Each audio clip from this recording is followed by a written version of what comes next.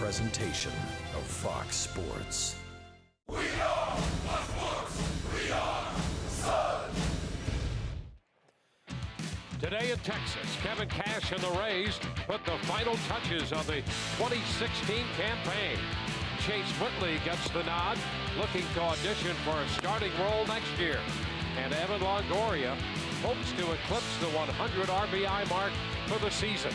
The finale from Texas starts now.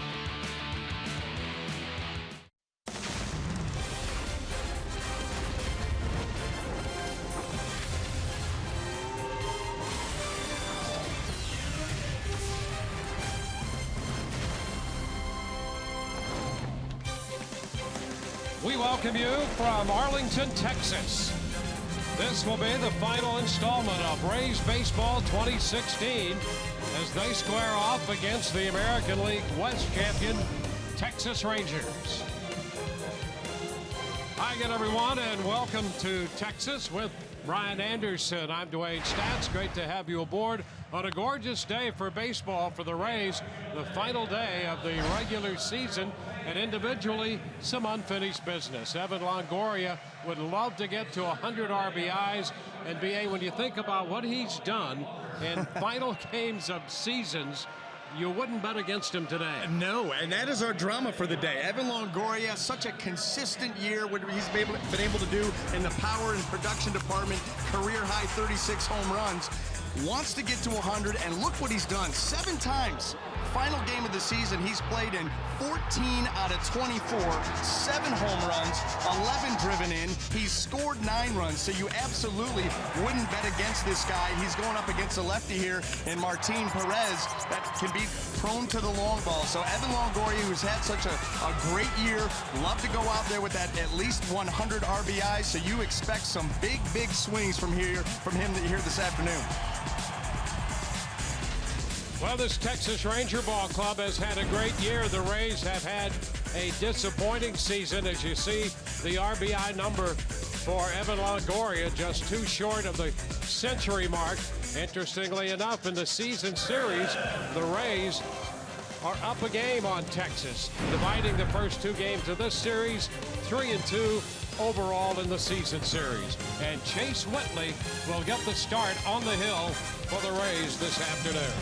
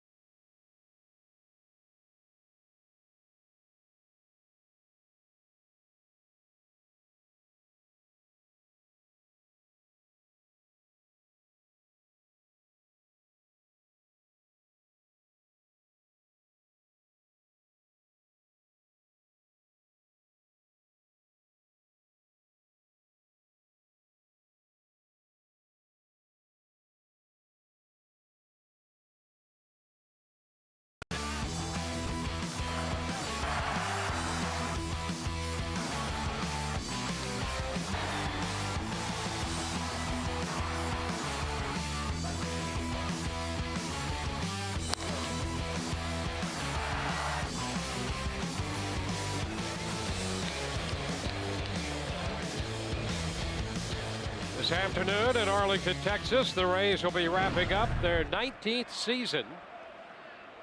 And they'll send Chase Whitley to the hill against Martin Perez. Rays in at 67 and 94, and Texas winners in the West at 95 and 66.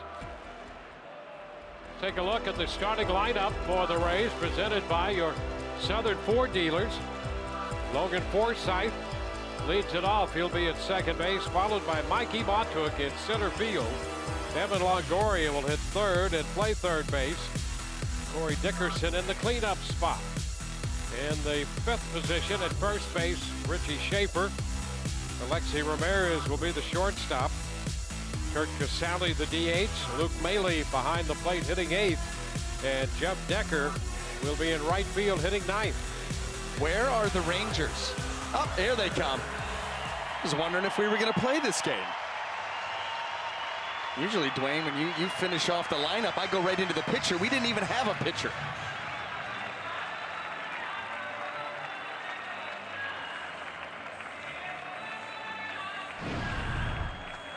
Well, Martin Perez making his 32nd start of the year and looking to even up that record, right now standing at 10 and 11.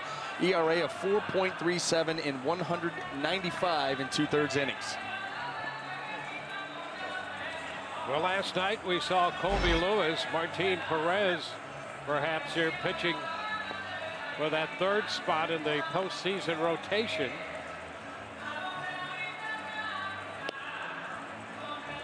Yeah, that makes for a big afternoon for Martin Perez. And let's take a look at the defense and see how it's going to line up behind him. Brought to you by Gold and Diamond Source. And in the outfield, left to right, we have Nomar Mazara, Carlos Gomez, and Shin Soo Choo. Across the infield, third to first, Adrian Beltre, Elvis Andrus, Jurickson Profar, and Ryan Rua, with Jonathan Lucroy behind the plate. Jeff Bannister, the manager here with this Texas ball club, headed to the postseason again in his second year. The Rangers have made the most of playing at home, topping the American League with 53 home wins, 27 losses. And Kevin Cash, the Rays skipper, you heard him with Todd Callis on the pregame discussing the progress the Rays have made and some things learned, good and bad, and look toward next year, trying to address some of the primary needs of this ball club to turn around this record they have posted this season. This will be the worst record the Rays have put together since 2007, when they were 66 and 96. And they'll try to finish this one off on a positive note against the left-hander Martin Perez. Logan Forsythe stepping in. And the first pitch of this game is a strike call. So we are underway. Ramon De Jesus calling the balls and strikes. 32-year-old umpire out of the Dominican Republic. Ground ball to short. Elvis Andrus up and out with the throw. One away on a ground ball, and if Perez is on his game, we'll see a lot of those today. I mean, a lot. And he's had, over the course of his career, a very good ground ball rate, and that's what he wants to do. He's got an athletic infield, a very good fielding infield, wants to keep them busy.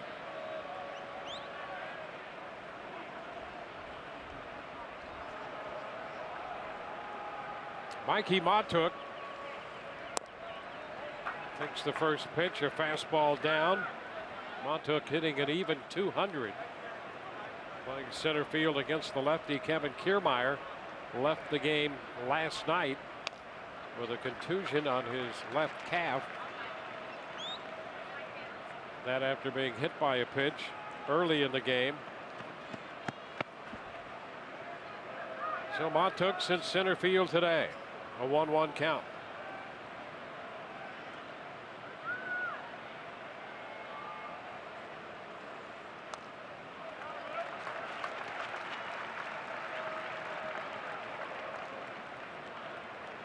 third start for Perez.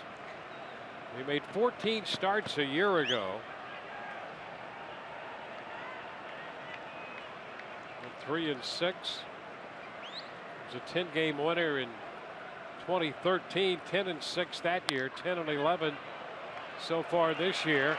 Andres plays this one to his left. So 2 ground ball outs to start it. His ground ball rate pushing 54%. Last year, just a tick off 60%. For a starter, those are huge numbers. You know, we talked about Zach Britton hanging around 80%, but he's got the nastiest sinker in the game, and he's a reliever. You get a starter between 55-60% ground ball rate, that's a tremendous number. Here's Evan Longoria starting the day at 36 homers, and there's a shot. It one hops the wall. Longoria's going to dig for 2. A little trouble by Mazzara on the pickup, and Evan strokes his 41st double of the year. So he's wasting little time and getting it started on the final game of the year. He's done that so often. You know, he's 3rd in the league in extra base hits. That's double number 41. Well, you know, he came into this season stronger. You know, we talked about his ground ball rate is at a career low, so he's getting more balls airborne. More balls airborne with a powerful swing like Longoria is going to lead to a career high in home runs. It's going to lead to a lot of extra base hits. 11 comes in 5 of 10 against Perez with a homer. Now 6 out of 11. That's a strike to Dickerson.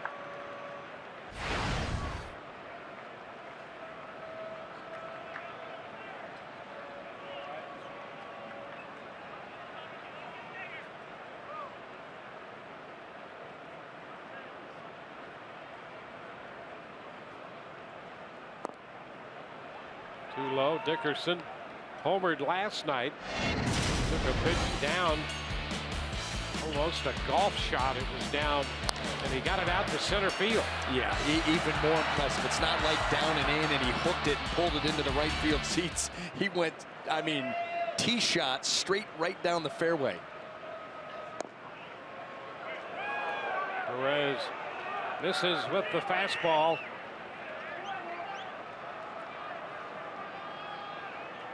Two-one count on Dickerson.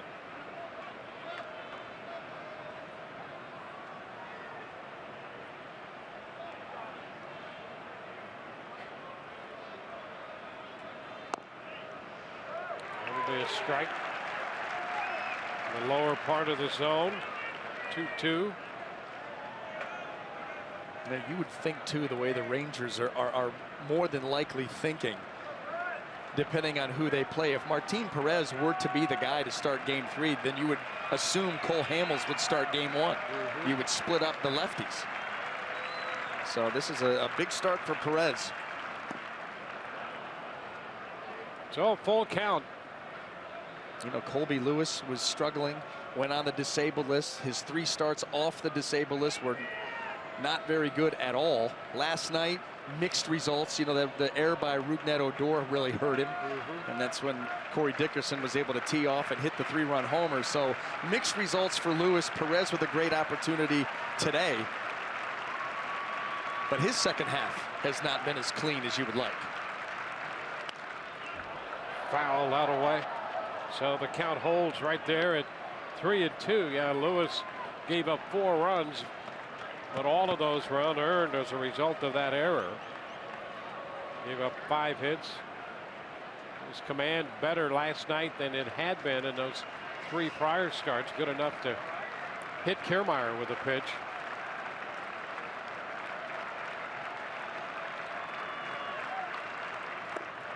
Swing and a miss. Dickerson out of there. Rays finished in the first, leaving a man, no score.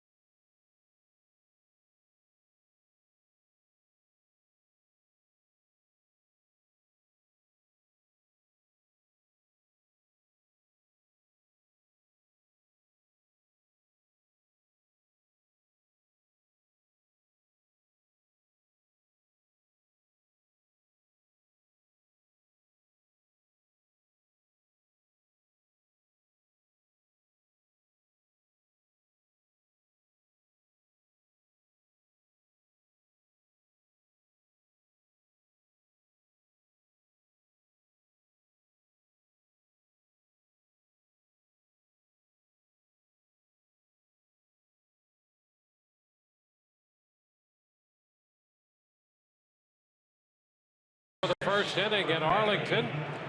Rays and the Rangers. Let's take a look at the Texas starting lineup presented by your Southern Ford dealers. Carlos Gomez will lead it off, followed by Shin-Soo Choo, and then Carlos Beltran, the DH, hits third in front of Adrian Beltre, the third baseman. Nomar Mazara in left. Jonathan Lucroy is the catcher. Elvis Andrus up into the 7th position at shortstop. Ryan Rua hits 8th, the first baseman. Jurickson Profar, switch hitting second baseman, bats 9th. I look at this afternoon as Chase's chance. He's appeared in 4 games, getting the opportunity to make his first start as he's ramped up the pitch count. And here we go. And the pitch is a strike call to Gomez. Well, all you can ask for is a chance. That's it. And then it's up to you to perform. And the Rays have been impressed with Whitley. Nice pitch there to get ahead of Gomez. Just cutting the miss, 0-2. Well, fastball, slider, the changeup, the curveball.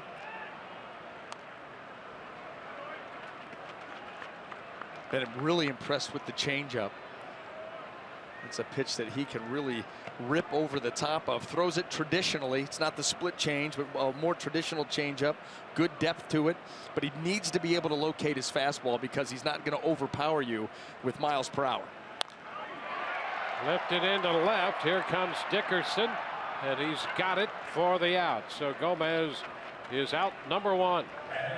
Let's go ahead and set that Rays defense for you. Brought to you by Gold and Diamond Source. And in the outfield, left to right, we've got two-hand Dickerson, Mikey Matuk, and Jeff Decker. And across that infield, third to first, Evan Longoria, Alexi Ramirez, Logan Forsythe, and Richie Schaefer, with Luke Maile behind the plate. Lived up to that nickname, too, of that opening fly ball. He's getting wore out now after that ball popped out of the glove last night. He's just happy to get some opportunities right after that ball popped out to redeem himself.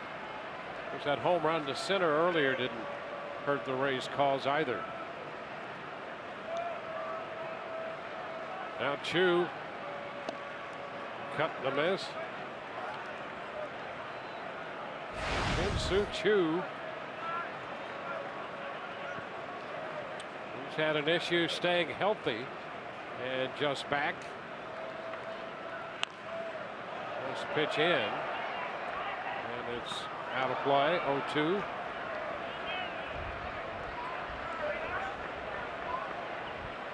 Choo got back into action and played 3 games for the Rangers Instructional League team at the beginning of the past week, and now has played in these 3 games in this series.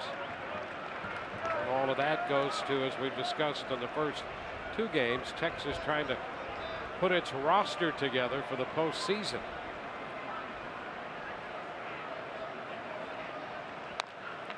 Oh, what a pickup there by Whitley. A little behind the back backhand there. And Chase Whitley showing some defensive prowess there.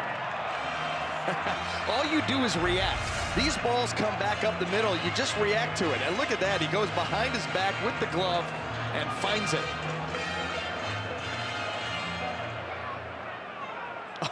Not exactly a routine chance for Chase there, but he made a great play. Here's Carlos Beltran. And that's a strike.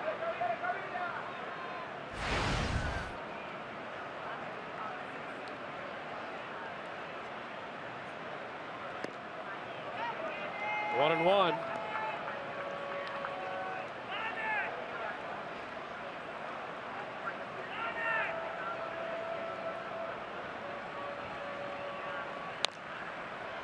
Pitch popped up left side. The Rays had the shift on for Beltran, and that's Longoria over there to make the catch.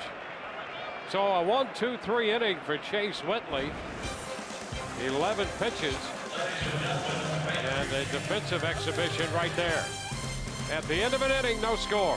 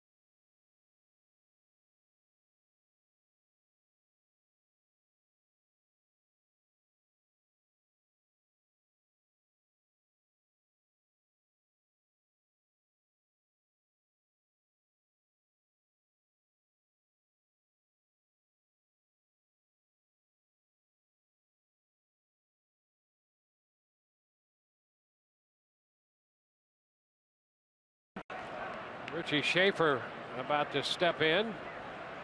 Schaefer, Ramirez, and Casale against Martin Perez. Schaefer, 25 years old, first baseman, third baseman. Rays have seen him a little in the outfield. He's been impressive on both corners at first and third on defense. Yeah, he's made some nice plays and shown some athleticism, which, by the way, is not really easy to show at the corner infield positions. You just don't have many opportunities. A lot of quick reactions.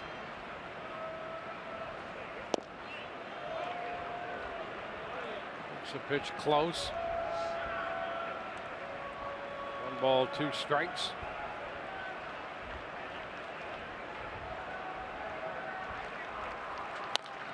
There's a liner into left. That's going to be in there for a base hit. He'll make the turn and head for 2. He's going to get in there ahead of the throw.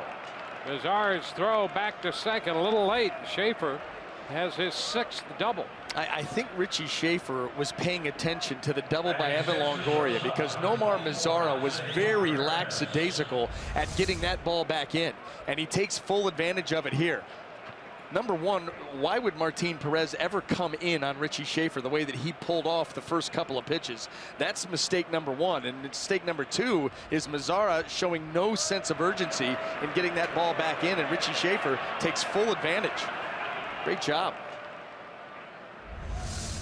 Now Alexi Ramirez.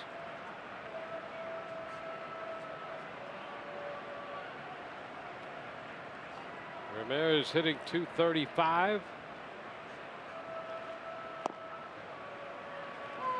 Takes a pitch on the inside part of the plate. That's a strike.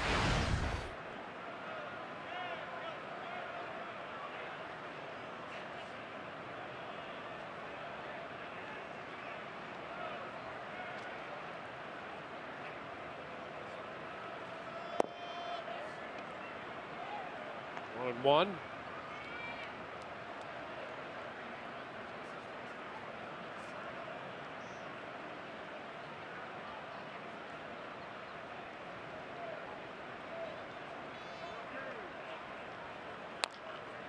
It's a tapper up the first baseline. Picked up, and the throw to first not in time. Well, a tough play for Perez. He might have had a chance to let that one roll foul, but decided to make a play on it. Screened by the runner. Yeah, and there was no way you were going to get Ramirez.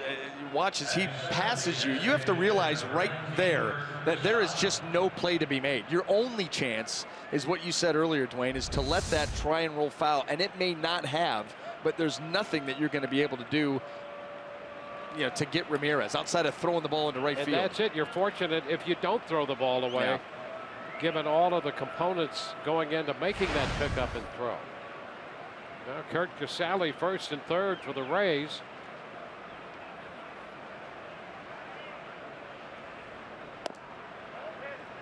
Pitch inside, so Schaefer's now at third with Alexi Ramirez at first. Let's see if these guys watched the pregame show today, where we talked about situations just like this. Well, there were a couple that got away from the Rays last night, and that has been an issue. Stopped by LaCroix. And that's one of the things the Rays hope to address and improve upon next year. With runners on base, their batting average is .240. It's the worst in the American League, second worst in all of baseball. Runners in scoring position, 13th in the American League. That's an area that they must improve upon if you want to become a well-rounded offense. There you go. There's a base hit up the middle. Casale drives in Schaefer, and the Rays are on the board, taking an early lead, 1-0 on 3 consecutive hits.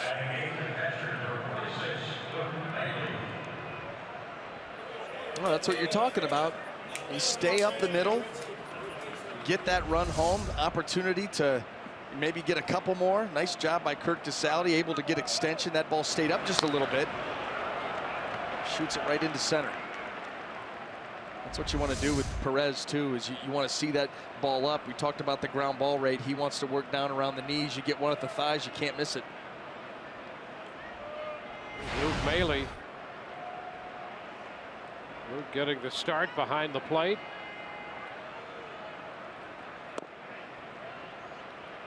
He takes ball one a little bit inside.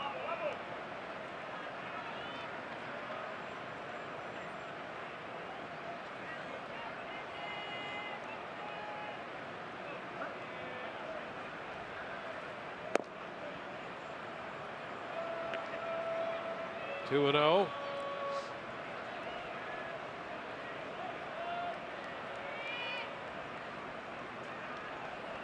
Schaefer has scored. Ramirez second. Casale first.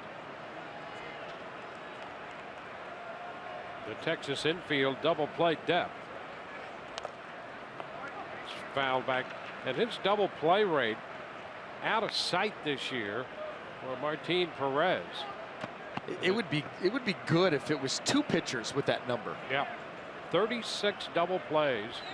You know, the interesting thing about that, when you look at his double play rate this year and his ground ball rate a year ago was almost 60%, and his double play rate was down. Up this year tremendously with 36, and a ground ball to short. Andrus to second, one, first base, not in time there. The Rays stay away from the double play. Ramirez goes to third. You know what? Jurickson Profar was a little bit long on his windup. I think if Rougned Odor's there, he gets number 37. You got a chance you had the right guy at the plate, but everything took a little bit too long. First of all, you had to move on the ground ball, but quick transfer here, and then Profar, see that long windup. May not have looked long in the replay, but you see a second baseman that is adept around the bag, and that ball gets out quicker than that, and they got a chance. And you're right, the Rays catcher Luke Maile going down the line. He's the guy you want, a guy like that. A catcher usually doesn't run that well, and he beat the play. Here's Jeff Decker, lefty on lefty, and Decker sends a fly ball opposite field. Mazara back to make the catch. A tag at third. Ramirez will score, and Decker drives in the second run of the inning, and his first RBI for the Rays. I'll tell you what, maybe when you get in, you celebrated Fergs. You head right on over. Jeff Decker not wasting any time. Martin Perez is tough against lefties. Oh man, they're hitting 180 off him. Yeah, and that's why you're going to see the lefties in the lineup. Dickerson, Decker, they're going to be attacking early, try to put the ball in play. That's what he did, and he got himself an RBI. I raise one up to him right now with 2 hands.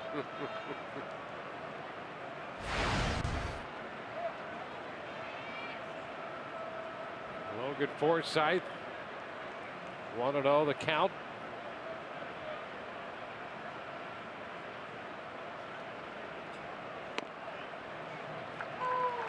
That's a strike, 1-1. Well, Casale drove in a run with a base hit to center, and then Jeff Decker lifted a fly ball to left, drove in the run with a sacrifice fly.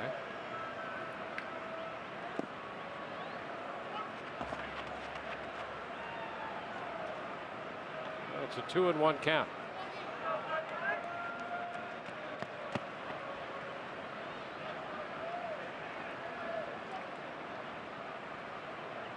A 2-run inning here in the top half of the second.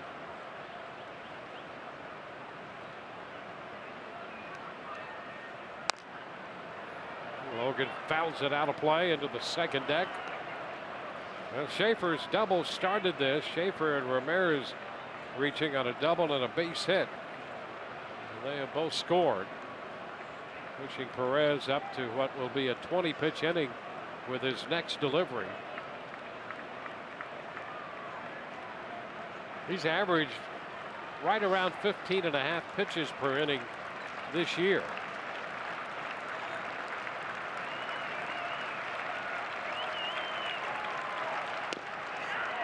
There's ball 3.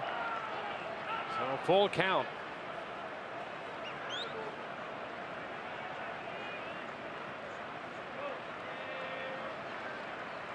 Took on deck.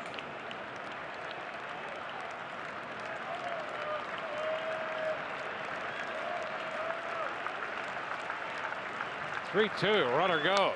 Ground ball in the hole and out of the reach of Andrus. Threw into left. A base hit for Forsythe. So the inning continues. Maile moves up to second.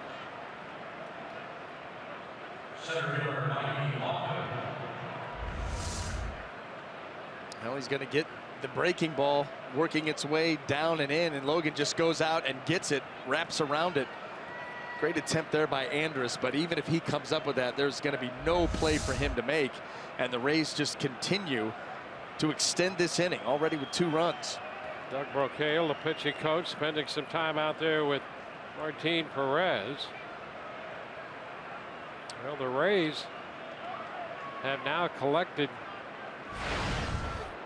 4 hits in this inning, 5 in the game. 2 runs, 2 men on with 2 men out for Mikey Matuk.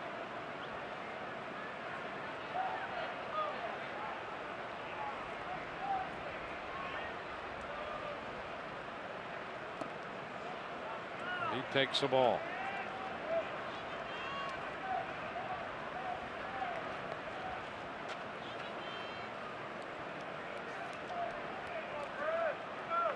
Perez coming off an outing against Milwaukee. He gave up 8 runs, 9 hits in 6 2/3. Ground ball. Andrus with the flip to Profar. Rays send 7 men to the plate, scored twice to take an early lead, 2-0.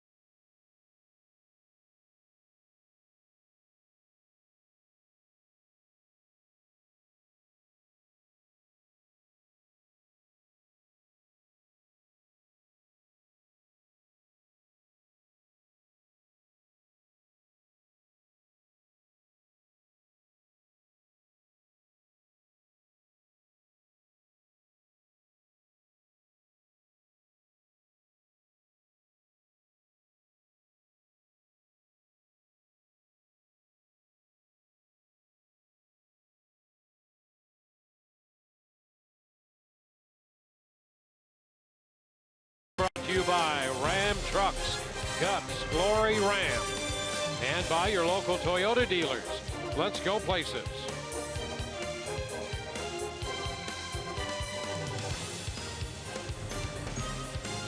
Globe Life Park in Arlington, Texas.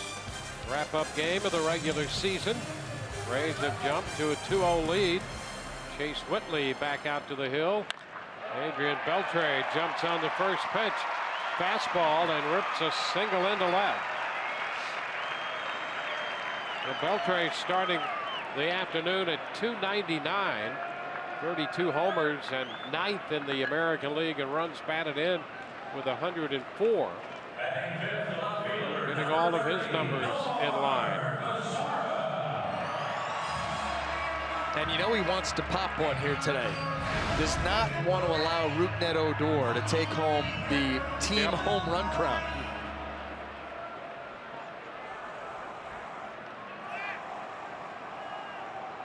No more Mazzara.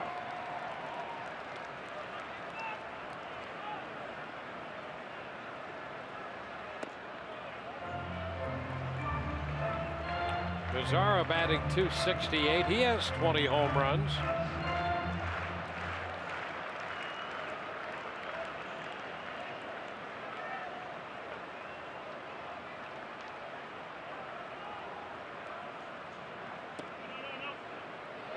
It's in there.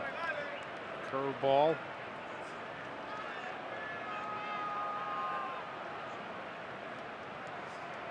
Whitley equipped with all the pitches, four-seamer and a two-seamer, more four-seamers than the latter.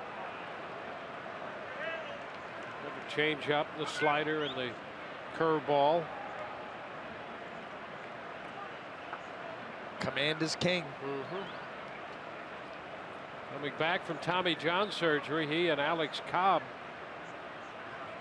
on that same trek back. And they've spent a lot of time together. Into center field. Matuk is right there. And that'll be the first out.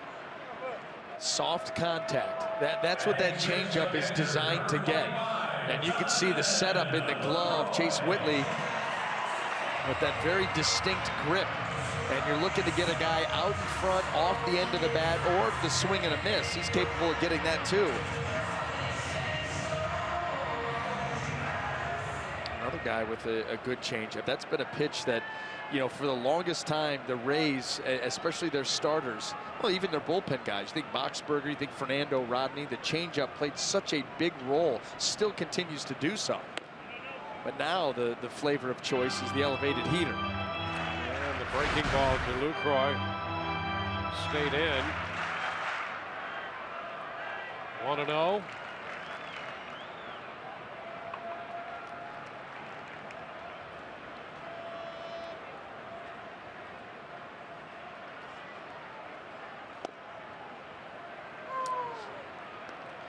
Strike, and now the count is 1-1.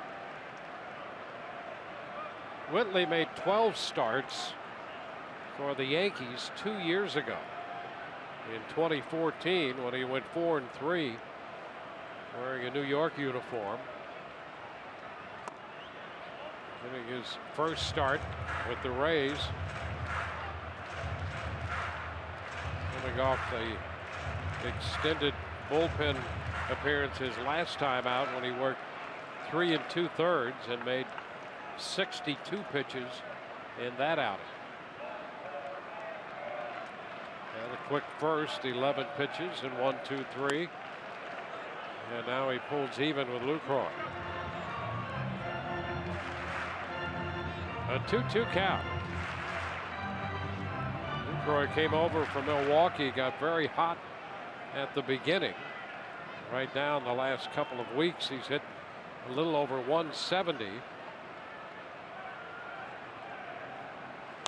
Ground ball, that's going to get through out of the range of Ramirez. Up to second goes Beltre.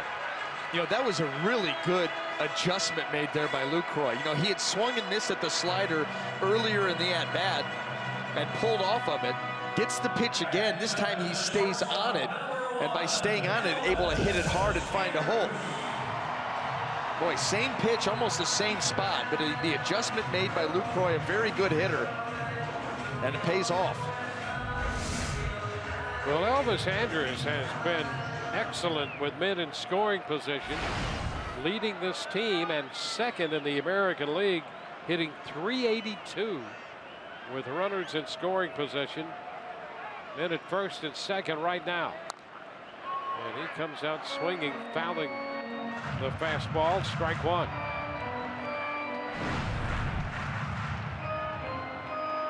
Now those are big numbers right there. One of the best in the league.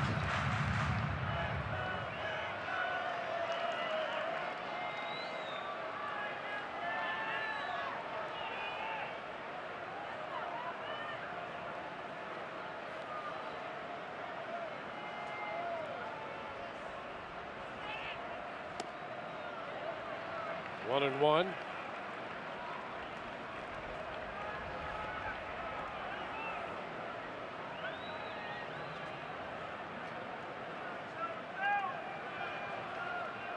threat by Texas in the bottom of the second.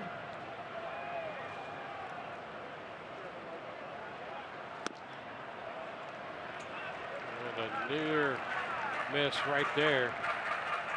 The Hazers not giving up that corner. And the count is 2-1.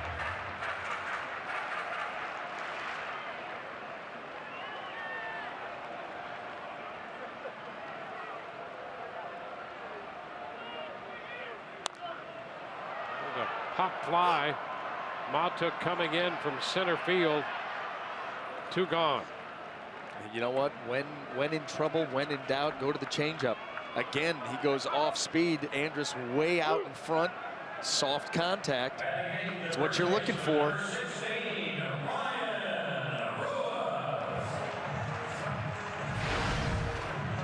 Ryan Rua, the first baseman now.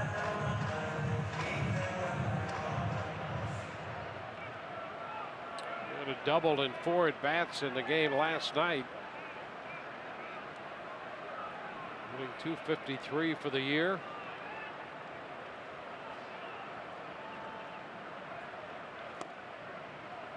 And an opening breaking ball. He takes that for a strike. So the curveball to get ahead by Whitley. Yeah, that'll be something else that as we see the innings expand for Chase Whitley is just how he attacks these hitters. And he's a guy, like we talked about, his command has to be good, but he will mix his pitches very, very well. And a foul ball on the check swing on that pitch in. 0-2. Just never try and become predictable, especially when you're not a stuff guy.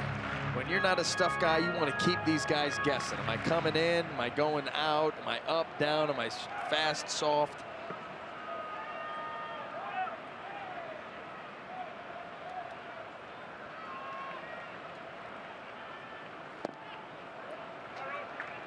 Down. A ball, 2 strikes.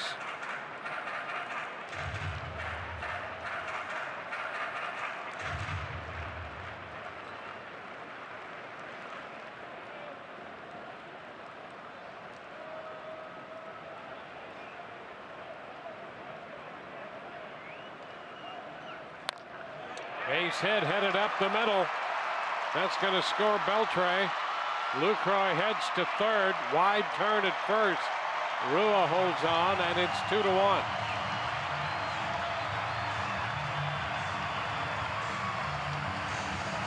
'22nd run batted in for Rua. Yeah, Rua's been swinging the bat better here. There's that changeup. Worked the first 2 times. That one stayed up. Easier to recognize if you're Rua, and you can see not out in front. The timing and rhythm of the swing were very, very good because he recognized that pitch early because it had elevation to it. Changeups up, they get hit hard. 10-2. Here's Profar, the second baseman. Stepping in from the left side. Runner breaks off first, throw down is not in time, and Ramirez kept the ball in front of him on the infield. That's where you tip your hat on that play. A great jump. You had no chance to get him. Maley came out gunning, but it's Alexi Ramirez going down, getting low, and just swatting that ball down, because if it gets into center field, this is a tie game. But look at him. Realize a bad throw. Let me drop to my knees and just swat that ball down. He's not even thinking play there. He's just keeping it out of center field. It's a veteran. Fly ball into right. Decker is there and makes the catch. And that retires the side. A run scores. 2-1 Rays through 2.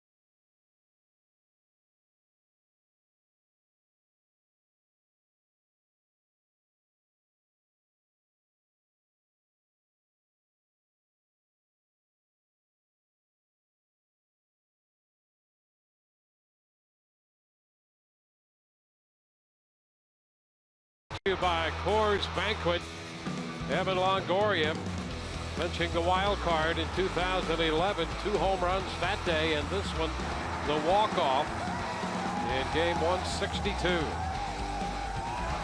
I still get chills when you watch that footage and you hear the crowd erupt in the background. Those cheers you don't hear very often in your career. And here's Evan leading off the third, taking a pitch down. Well, Evan with a double his first time and looking to get the opportunity to drive in a couple runs here today. He has 98 runs batted in. Pitch is down, and as he was in that timeless moment there, he has been so good closing out the regular season.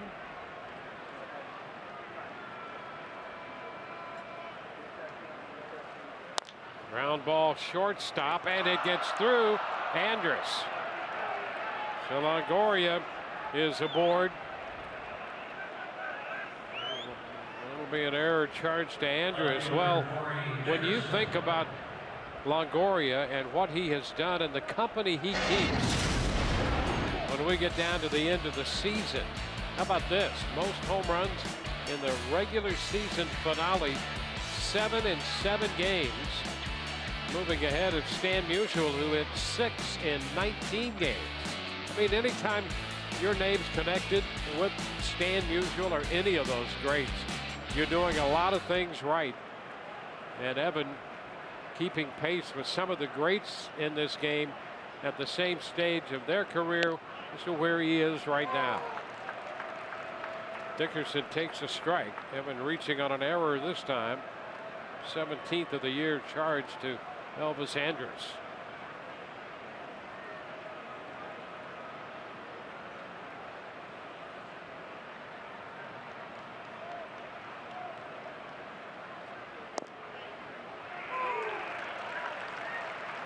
Two. Dickerson not altogether happy with that call. And for good reason. But you see where DeJesus is set up. He's set up inside, and so those fastballs away, you almost catch yourself guessing.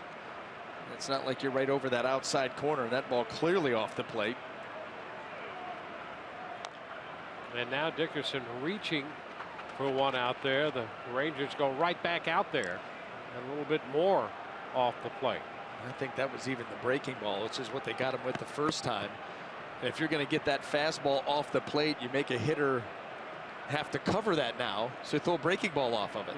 Now that's going to move even further, and Corey fortunate to foul it off.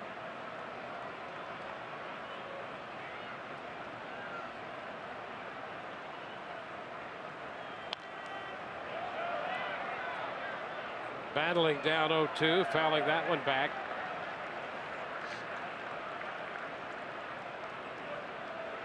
In the third, Rays got 2 runs in the second. Texas back with a run in their half.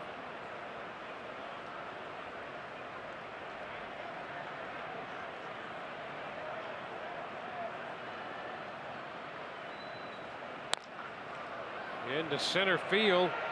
Gomez there to make the catch. It'll be the first out. First baseman Richie Schaefer. Richie Schaefer's double led to the 2-run second inning. He opened that inning with his 6th double.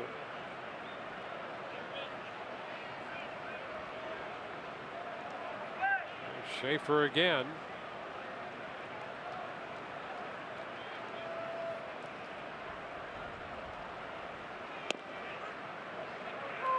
That's a strike at the knees. The 20th game for Schaefer, 14th start. Getting this start at first base. He's started there more than anywhere else. 0-2. There's a start at third base and one in right field.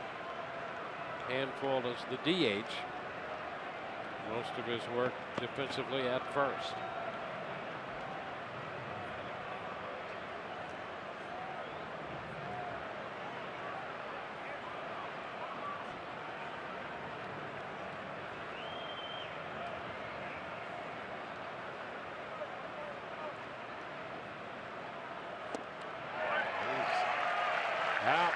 strikes. He took cut there 0-2. He took a little bit off that slider. You know, that's the way that he worked him in his last at-bat, and Schaefer shot him right out into left field. But this one, 80 miles an hour, and Richie, that ball actually meant to be in, was more middle. Pulls off of it just a hair, that big swing. 2 outs. Here's Alexi Ramirez.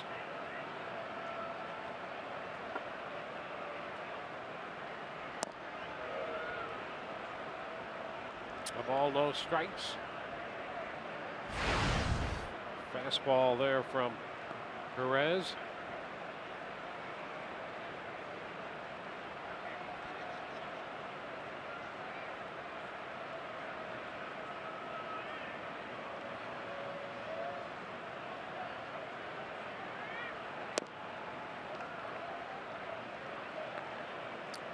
Two and 0.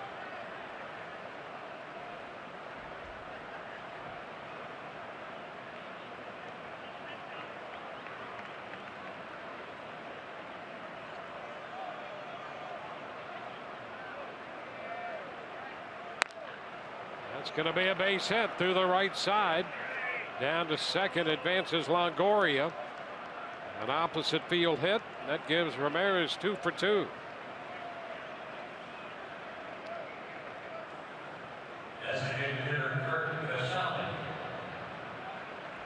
Well, the Rays have had runners in every inning in the opening 3. Runners in scoring position in each inning as well. And Kirk Casale coming up. 2 men on, 2 men out. You know, this is where, when we've seen Martin Perez, he's had 3 starts against the Rays, 4 games total, 0-2, ERA over 5. We saw him back in August, 6 innings, 6 runs. But you look at his stuff, and then you look at his numbers, you look at his ground ball rate, and you say, he should be better. He just flat out should be better. You have a ground ball rate like he does, throw 93, 94, have the slow curveball, the slider, a change, have all the pitches. Where are the results? Well, he continues to be a question mark, and that's why the Rangers are trying to figure out who's going to be number 3 in the postseason. Well, who do you go with? We've seen now Lewis last night, and we see Perez today. Well, based on what we see, not necessarily what Texas will see over a period of time, because Lewis was not throwing the ball well at all coming into that start last night. He probably threw it well enough to give himself consideration for that number 3 spot, depending upon what Perez does. And as you pointed out, how intense those meetings are to put that roster together, and depending on who you project you're going to play and what the opposing team's roster of hitters might look like. Yep.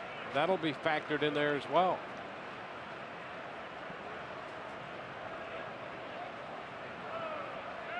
Two and 1 here to Casale. You know, the wild card situation still being sorted out, so they're waiting to see. You've got Baltimore, Toronto, and Detroit. Now, for the Tigers to do it, a lot of things are going to have to fall into place. They still have a shot, but you're figuring it's going to be Baltimore or Toronto. Yeah, you would have to have Baltimore lose, Toronto lose, Detroit would have to win today, and then they'd have to beat the Akron Rubber Ducks in a makeup game tomorrow, because that's who they'd be going up against. Casale down to one knee, missed that one, and so the count 2-2. Although it could work itself out to where Cleveland is playing that game tomorrow for home field for their first round playoff. They're still not going to start a frontline starter. They're down a couple of frontline starters as it is. Yep. But yeah, it could get real messy here at the end. Which, by the way, 3. In fact, it could get to the point where it would delay the start of the postseason. No question. But you think about that you know, you'd have to play that game tomorrow. That pushes it back a day, and then there could be a 3-way tie. Yeah. And now you've got everybody, okay, I want to stay at home and play 1 game. I'll go on the road and play 2. I mean, Yeah, very complicated. very. Maybe we could get a graphic up there and spend a half inning explaining. You know what that would look like? That would look like one of those storm tracker models of all the different variations of where the storms might go. Which, by the way, our audience would be quite comfortable with that. Yeah. Hurricane season, you're following the weather, the potential tracks. They could fall right in line. Yeah, well, take a look at our greater coverage of baseball. Right now, what's going on? Baltimore up on New York. Toronto and Boston scoreless, top of the third at Fenway. And Atlanta with a 1-0 lead on Detroit. Atlanta might make it a little easier the way they're playing. Listen, they came into that series having won 9 out of 10. Dropped game 1, but won last night. Yep, take an early lead in this one. I mean, it could end up, and by the way, that run that they were on, they were beating the Nationals, the Mets, I mean, playoff caliber teams, playoff teams. What am I saying? Playoff caliber. And that's going to be low. We'll load the bases. Longoria goes to third. Ramirez to second on the walk to Casale. And Luke Mailey's going to be up there. Well, you know, we talk about Perez, great stuff. Command is an issue. You know, a few more hits than innings pitched, a few more walks, not necessarily locating pitches, even when he gets hitters out, not necessarily exactly where they want them to be. And so that is the issue. And it comes down to, you know, there's strike throwing and then there's command. And a lot of times those get interchanged and they shouldn't. Yeah. Strike throwing is throwing the ball in the strike zone, obviously. That's great. Command is throwing the ball where you want to. And sometimes where you want to is not in the strike zone. You want to start it in the strike zone and then take it out. A slider, start it on the edge, take it off the plate. So where that pitch may be called a ball if the hitter takes it, that's still command. Ground ball toward the middle. Andrus keeps it in play. Throw to first. Not in time. Ball loose. A run scores. Longoria crossing the plate to make it a 3-1 ball game. Mailey's going to get a base hit. And so the Rays continue the inning, pushing a run across with the bases still loaded. You know, and here's the deal. Andrus already with an error in this inning, and I think maybe a mental error on this play. His only play here was to go to second base. I mean, once that ball got loose, there's no way you're getting Mailey. He doesn't even look. He could have flipped it right there to Profar, inning over. And instead, he takes the long throw, and it doesn't work out. So you've got a physical error and a mental error, same inning for the Ranger shortstop. Yeah, he had the DH, essentially a catcher, Casale, who's not fast at all running, and you could see from that shot he had all day to flip the ball to second. That's what Adrian Beltre talking to about that right now, just like an option pitch. Casale was not even in that shot. Well, that gets the Rays another run and extends this inning. Some sloppy play here by the Rangers. And Jeff Decker will be up with the bases loaded. Decker picking up his first RBI with a fly ball in the second inning. Chance for further damage here. And the pitch is a strike. Fastball. Decker takes it.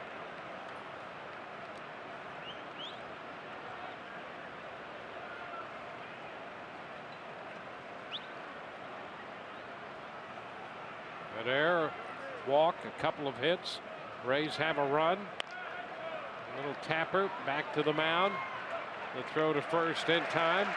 Rays leave them loaded. They score one, an unearned run, and they lead 3-1.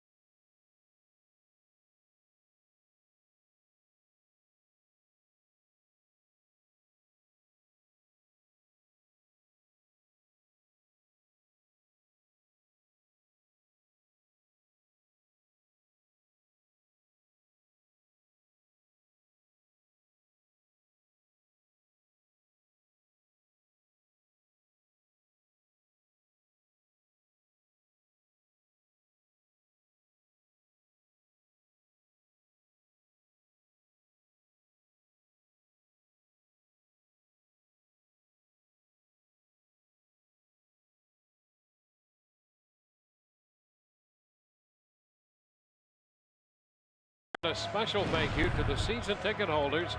Hoping you've enjoyed the new Rays Reward Program in the Republic Bank Draft Room. For information on how you can become a 2017 Rays season ticket holder and the new double play season ticket opportunity, call 888-FAN-RAYS or visit RaysBaseball.com.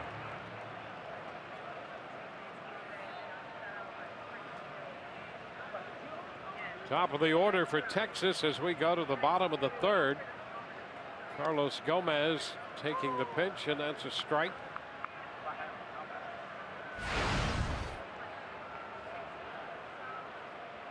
Chu to follow, and then Beltran.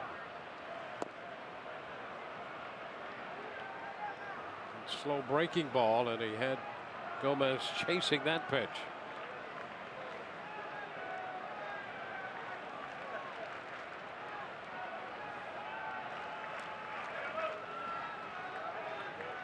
Two.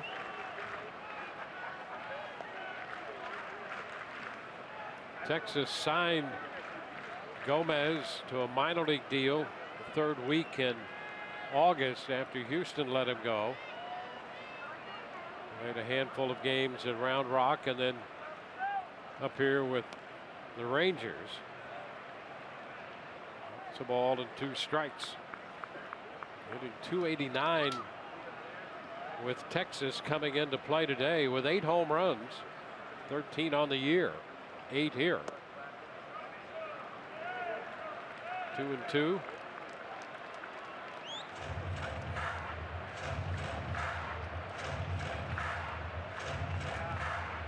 Whitley made 11 pitches in the first, 20 in the second inning. And that is strike 3 call. Gomez caught looking. We saw Carlos Gomez do that a couple of times in game 1 of this series, trying to coax it. That ball right down there at the bottom of the strike zone. De Jesus rings him, and Gomez makes the slower walk into the dugout.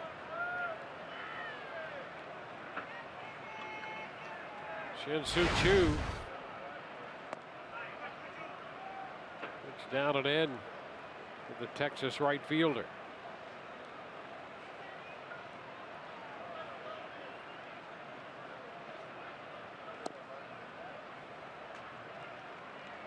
Whitley falling behind.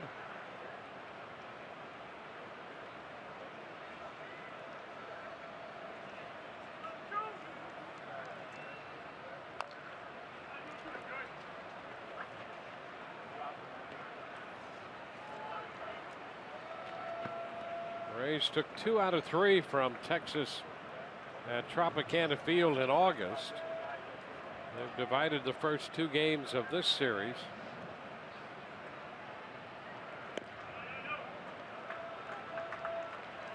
Whitley behind in the count.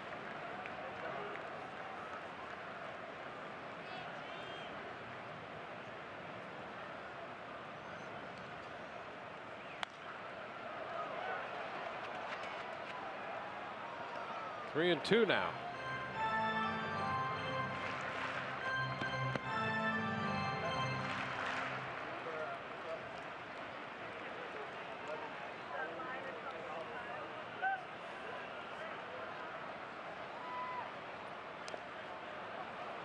Just a little bit of that one. The Rays now 3-2 against Texas. The Rays inside the East won the season series from Toronto. They went 11-8 against the Blue Jays. They won 1 season series in the Central Division. They were 4-3 against Minnesota. And out in the West, 4-3 against the Angels, and they're 3-2 against Texas, trying to win this season series.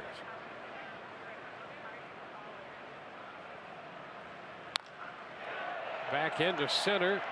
Montook goes back and makes the catch, just approaching the shadows of the grandstand. 2 outs in the third.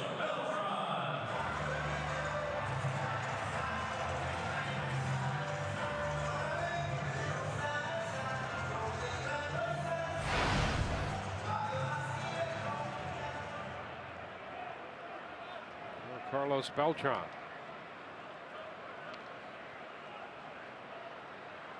He's going to take the first pitch, and it's a strike at the knees.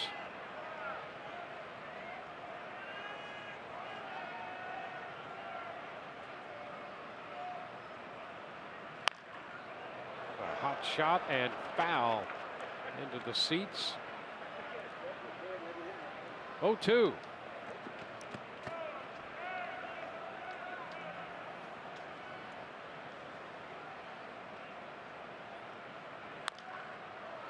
Popped up third base side. That will carry into the stands. Texas continuing to keep Jose Leclerc up in the bullpen. Perez has gone 3 and made a little over 60 pitches.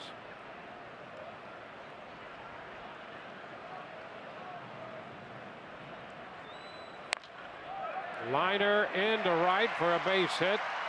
Rays had the shift on. He got that one over the head of Forsythe. Beltran with a 2-out single. And that's really been the story of Carlos Beltran's year. Everything going well and going right for him. And you can see right here, to drop a line drive over Logan Forsythe's head, who's way out there in right field. And by the way, in front of Jeff Decker. Not real easy to do, but that's what Carlos does.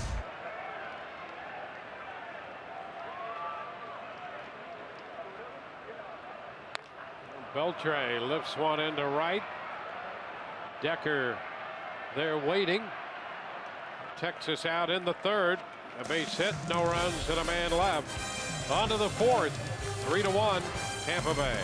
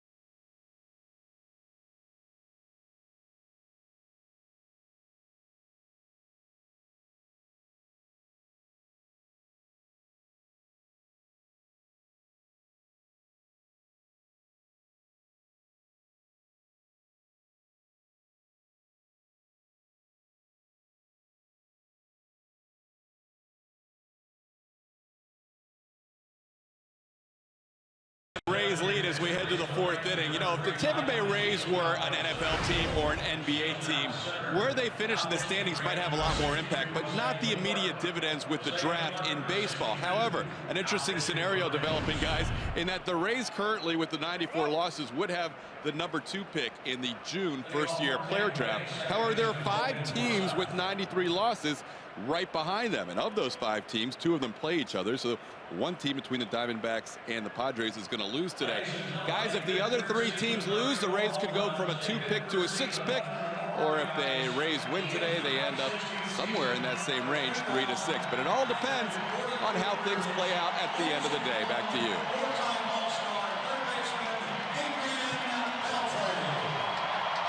Well, thank you, Todd. Here in Texas, we're going into the 4th inning, and some changes for Texas. Most notably, Alberto's going to come in to play third base, and Adrian Beltre, who had taken his position, will leave the field and get an opportunity for the fans to express their appreciation of the great year he's had again here leading this Texas ball club.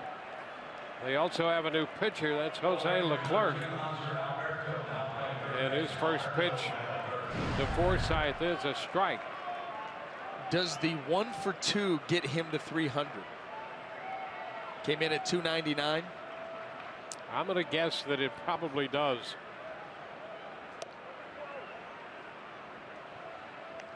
One ball, one strike. And Delino DeShields takes over in center. So he's at 300. Beltre right on the nose. 300. And so an opportune time for him to leave. He'll finish the year hitting 300 with 32 home runs and 104 runs batted in. At his age, 19th season in Major League Baseball. I'll tell you, he has been some kind of player for a long, long time and continues to be. Well, he's part of the presence that we talked about the other night. The right kind of people in the clubhouse on a team that will keep the team moving forward. I got a chance to talk to some of the media, local media here, and they rave about him as a person, as a player, as a teammate, as a leader, across the board. Yeah, and it's not just talk with him. No. He goes out, he plays. A lot of the time he'll play at far less than 100%. Forsythe pops up the 3-2 pitch, and it's handled by Rua, the first baseman. One gone in the fourth.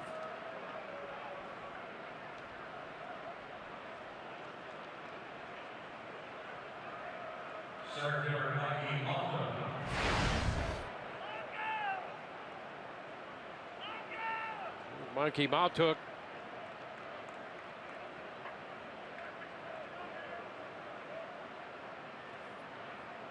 Mautuk 0 for 2 today.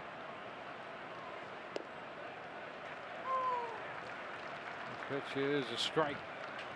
Well, he will need, beginning of next season, he'll need 58 hits to get to 3,000. Already has 445 home runs. And a few years down the road, he'll be signing that name, Adrian Beltre, HOF. Yes, he will.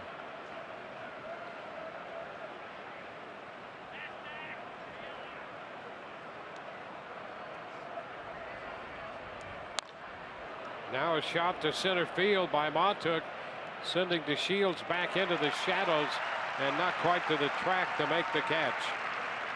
2 gone. And on the Rays side of the field, here is Evan Longoria at third base.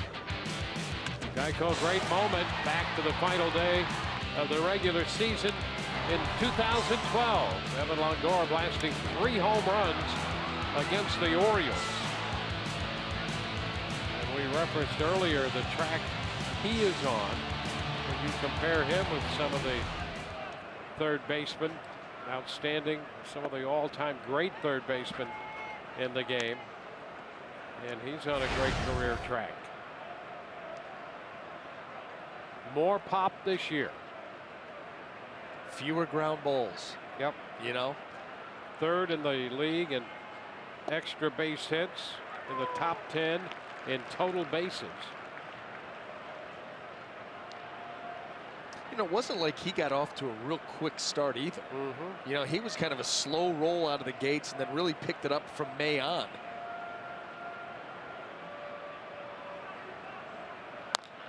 This one toward the middle, backhanded. Profar picks up and fires and gets Longoria at first base. 3 up and 3 down.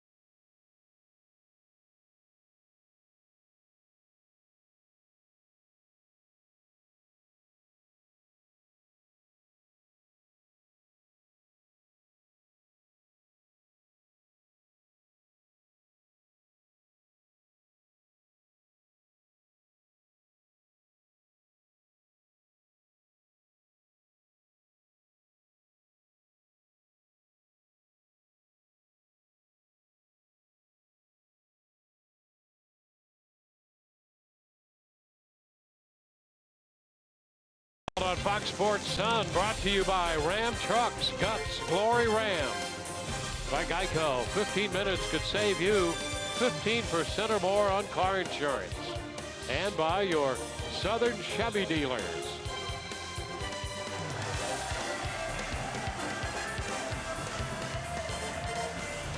Chase Whitley back to the hill for the Rays, making the start today. 3 innings under his belt, a run, 4 hits, no walks and a strikeout. He faces Nomar Mazara to lead off the home half of the 4th. First pitch is down and in. Ryan Garten is up in the Rays bullpen.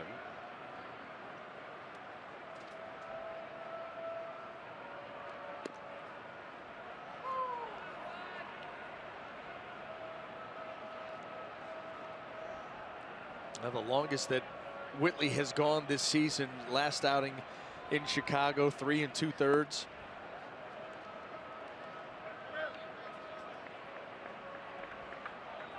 Idea here, maybe get him through 4. A little over 50 pitches right now. 2 2. I love his changeup. I love that pitch. He works a pretty good downhill plane, which makes the pitch even better.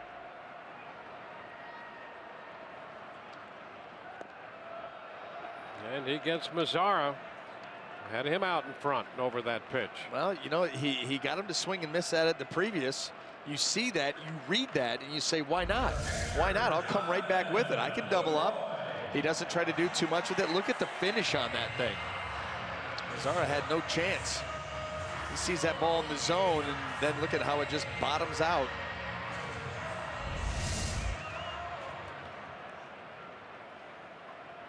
Jonathan Lucroy. He had a base hit in the 2nd inning. Part of that run scoring inning for Texas. First pitch is a strike. 62 pitches the last time out for Whitley.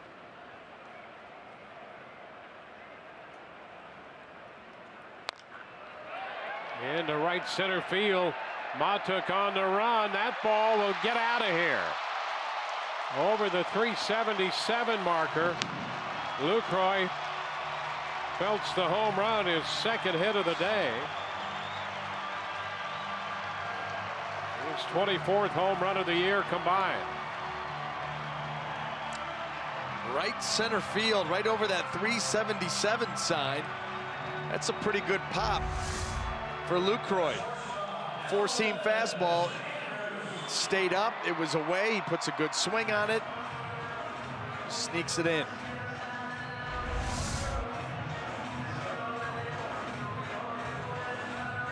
Second home run given up by Whitley, and this is his 5th appearance.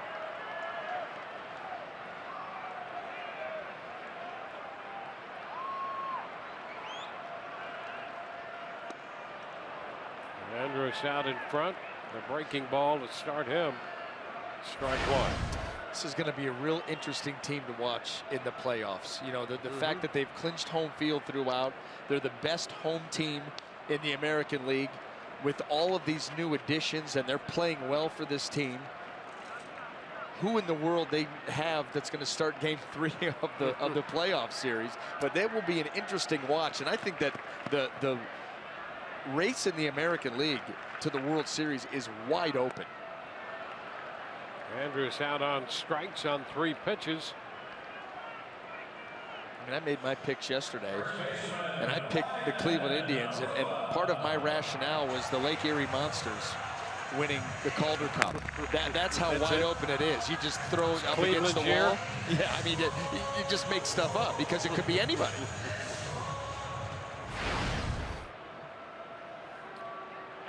Yeah, their club is great. You're concerned about the pitching losses. Yep.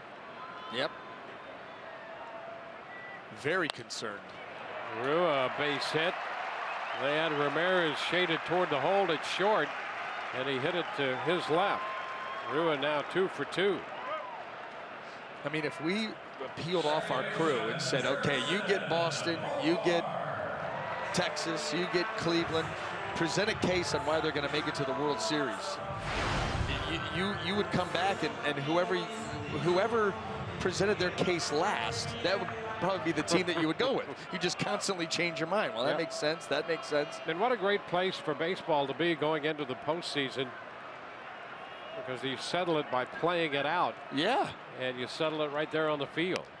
Well, I mean, and they, you know, for the longest time, baseball was a punching bag for no parity. When you start to look around at some of the other sports, you go into the NBA season, how many teams have a legitimate shot of winning it all? I mean, a handful at best. You count them on one hand that have a chance to win an NBA title. Football's not much better. But baseball, well, you have some favorites, but you have no, I mean, it could be anybody. There's so many variables now to a baseball season. It's a long season. Oh, a good jump.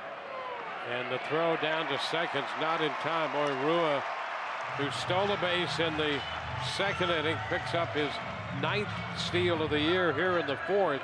And he got a running start against Whitley. Yes, he did. Both of them, there was just no chance for a play. Oh, wow. I mean, that's... He's now in scoring position for Profar. Fouls it away. 2-2.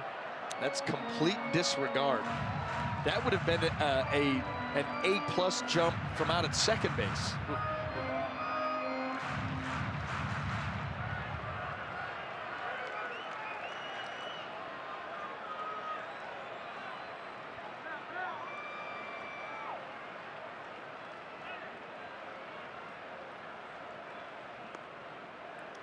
Down.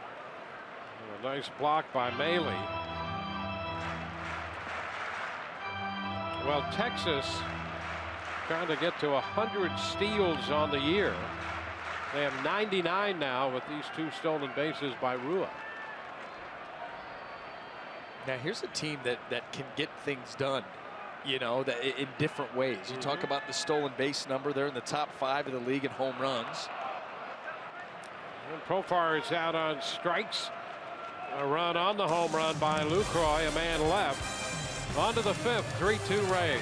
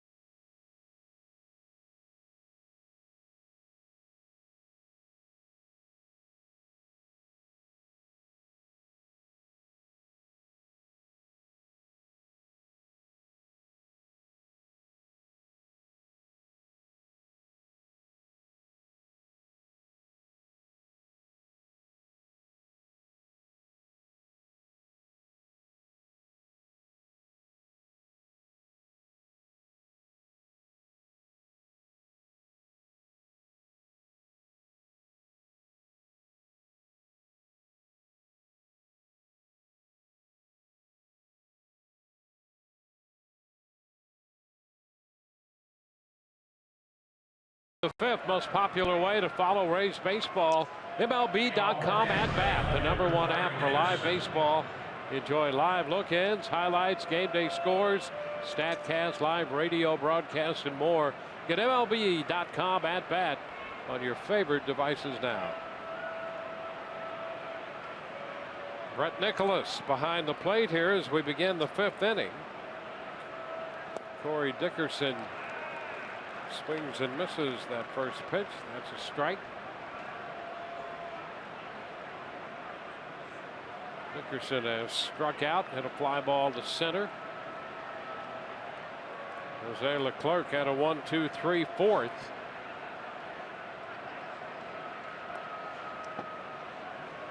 It's 1-1.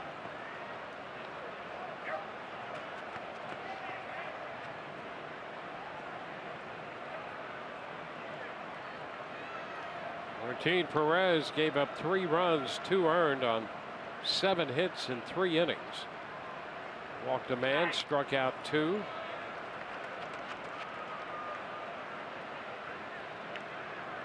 Dickerson behind in the count against Leclerc.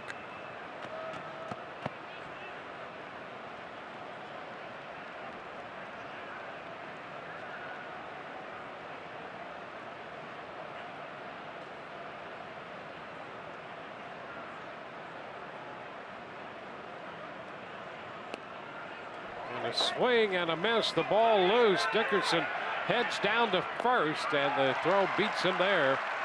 Dickerson took a beat or two, I think, trying to figure out what exactly had happened as Nicholas had to retrieve the ball and fire down to Rua. I'll tell you what happened. The swing and a miss, the ball went into the mid and popped out. We've seen that a lot this series.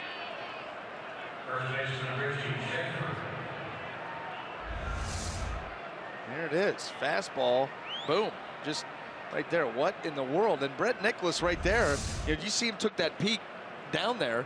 Didn't see anything, and he kind of was slow playing getting to that baseball. Schaefer a big cut and a miss. Schaefer with a double and a strikeout.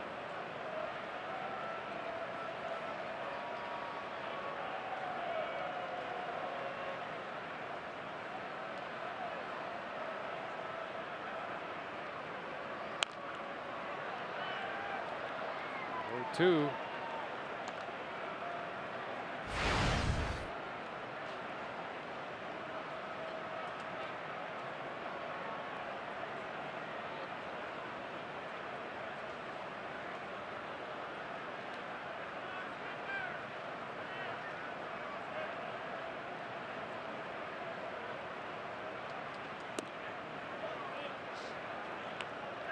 One out with the bases empty.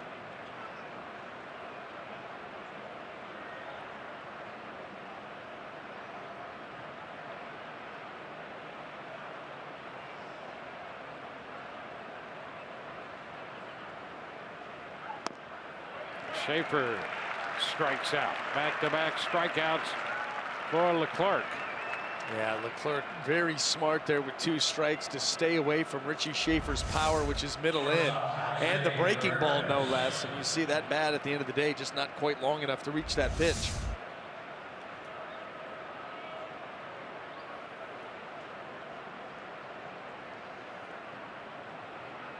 Alexi Ramirez is 2 for 2 today. Takes a fastball in around 94.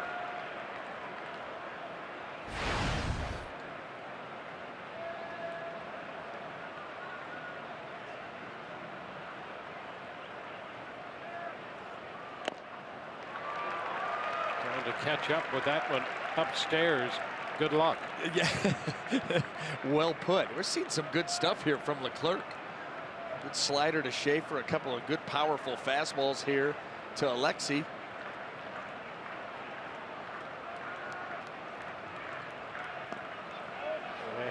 Rivera's checking on that one.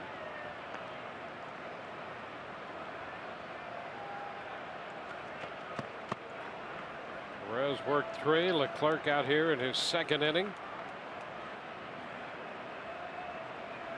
A man out of the Dominican Republic. High fly ball into left. Nazara waiting for this one to come down. 1-2-3.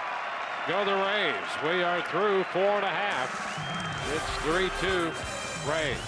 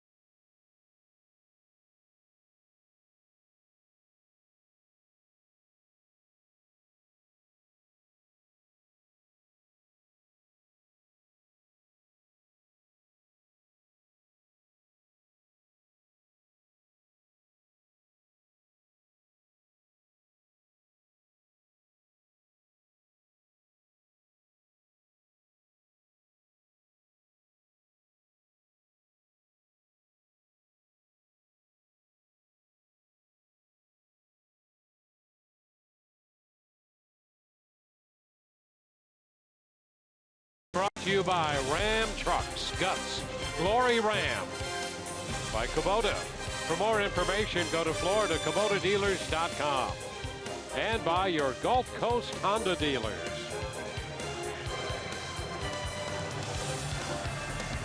Rays fans well represented here. The Texas chapter of the Rays fan club. There are dozens of them, Dwayne. Yes. Dozens. Well, Ryan Garten will be the new pitcher for the Rays. 4 innings for Whitley. A couple of runs, 6 hits, a home run, 4 strikeouts for Whitley, and now Garten to face the top of the order. Delino DeShields, who took over in center for Gomez in the 4th inning, gets his first at bat. 1-0 the count.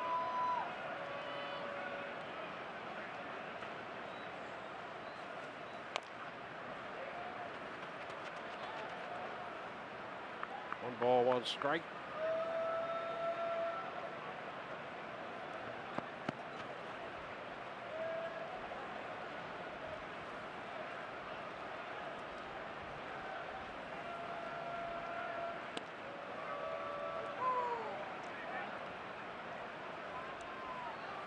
The ball, 2 strikes.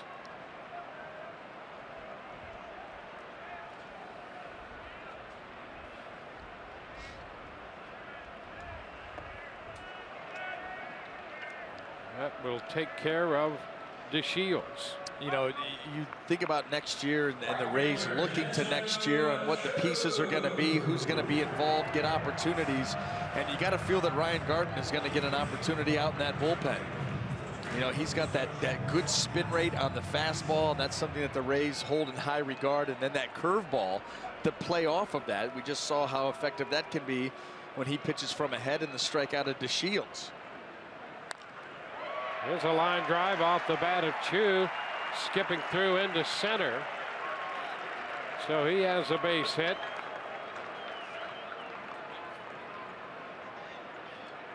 So with a man at first, 1 out, Robinson Chirinos will bat in the place of Carlos Beltran. Chirinos, who caught last night and hit his 9th home run of the year, comes on to hit in the 5th.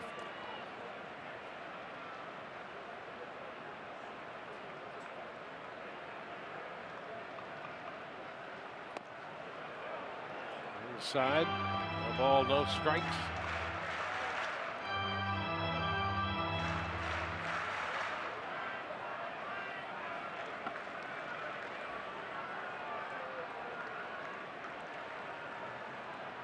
Beltran had gone 1 for 2. And the pitch up and in. 2-0.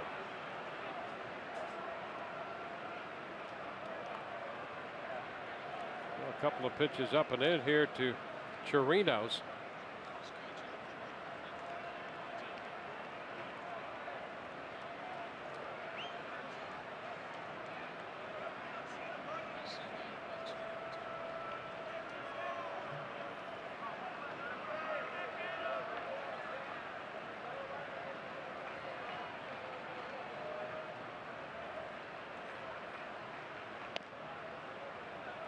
A strike, 2-1.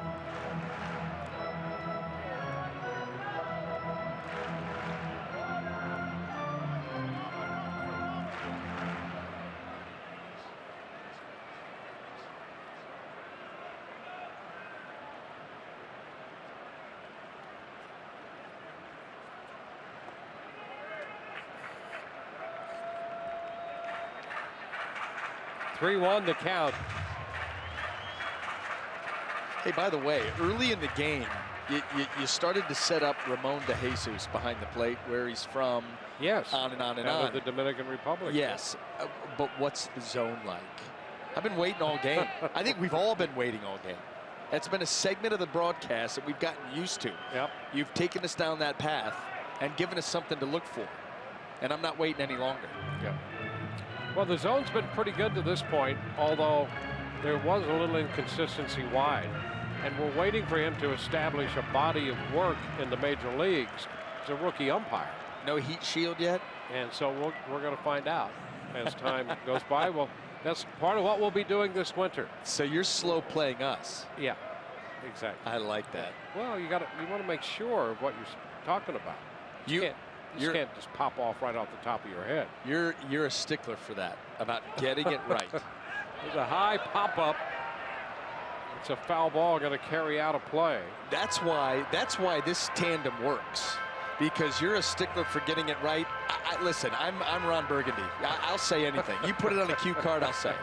Yeah, if something comes up on my phone, Porcello 23 and 4, yeah, I'll fire it right out there, even though he's not. No back check, nothing. It just makes it fun. It does. Yep. And that's why I know your looks, because I'll fire that out and I see that quizzical look on your face like, what is he doing? I have to clean this mess up again. You may know me better than most. I spend more time with you than most. I know, really. It's when you think of it that way, we do spend a lot of time together. I mean, think about it. Yep. We were talking about it in the pregame show about how you know, spring training starts in February and you keep your eye on things, the big picture, how the team's coming together, what's going on around the league, new faces and new places. Runner goes and a ball hit deep but well fouled. You know, then in March, you actually start doing your work as the team starts to get pared down and you're looking around the league and notes here, notes there. And you're waiting for this long season. You know, you've got a long grind, ups and downs, you know. Yeah. And it's every day. Yeah. That's right. And then you have the long season, you go to the off season, and you know what's in my mind's eye? Talk to me. That should never be. It's no wonder you don't sleep. Little foul ball. So the count stays full, 1-1. I'll tell you, we've got some guys on this crew, although extremely talented, yes, way too much time on their hands. Yeah. Yeah. Well, they're very artistic, and they like to display that artistic ability every once in a while, particularly while Chirinos is going through a 9-pitch at bat that we've completely ignored.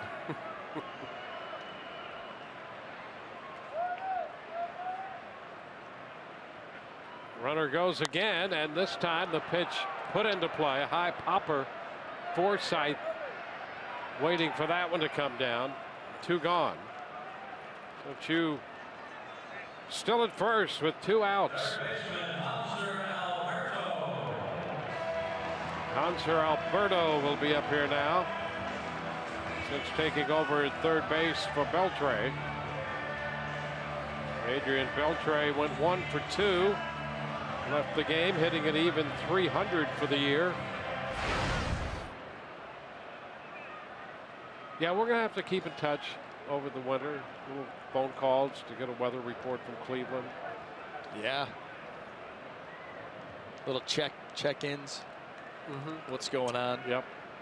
How's the family? Exactly right. Yeah, of course we have the big meetings over the winter that we'll have to well, we'll get a report from you on those, right? I already feel a tickle in my throat. You missed him last year. I had the sniffles. I was a little plugged up that day. Want to know the count to Alberto.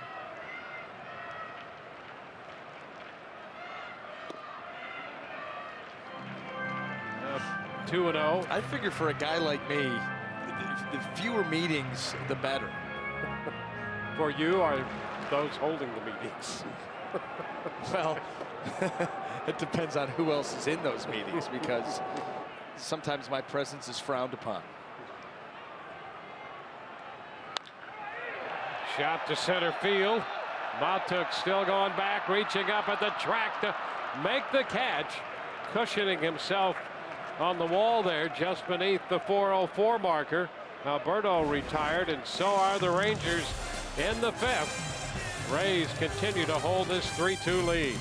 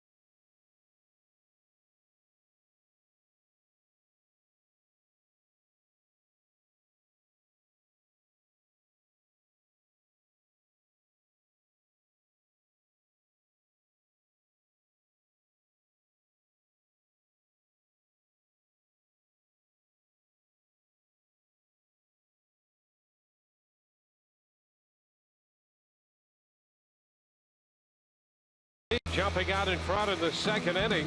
Kurt Casale's base hit scored Richie Schaefer, and Jeff Decker delivered a sacrifice fly, getting Alexi Ramirez home.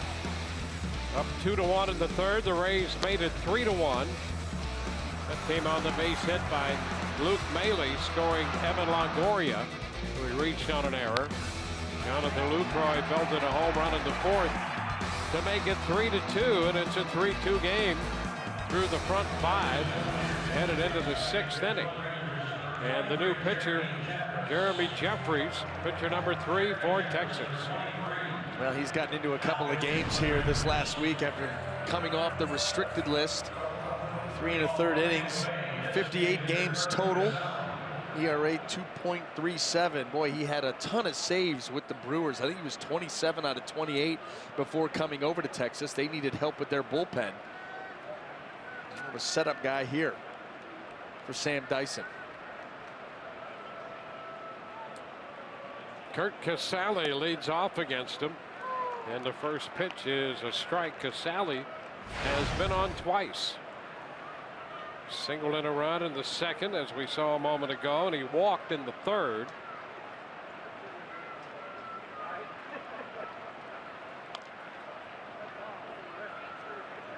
Down in the count, 0-2.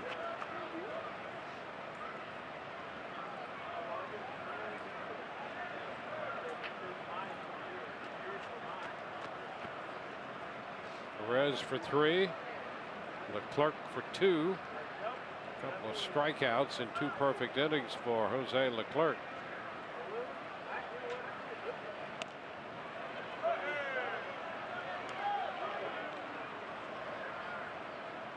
One and 2.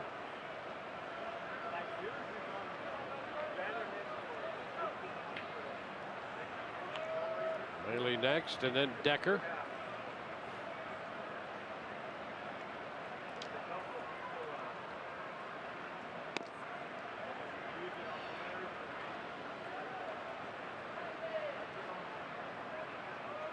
Jeffers with the fastball in that 92, 93 range. Ton of arm side run. You know, he's got real short arm action. Saw the last 2 that you were right up there on Fox Tracks, pitches 3 and 4, fastballs that have just shot in on Casale. He's trying to get him to swing over the top of it or get in there and really jam him.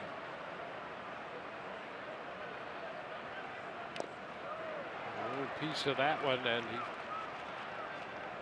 stays in. Rays have Eddie Gamboa up in the bullpen.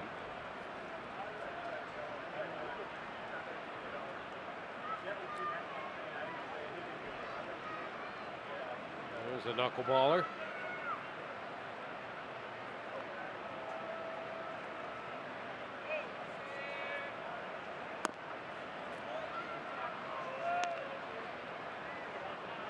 Three balls, 2 strikes.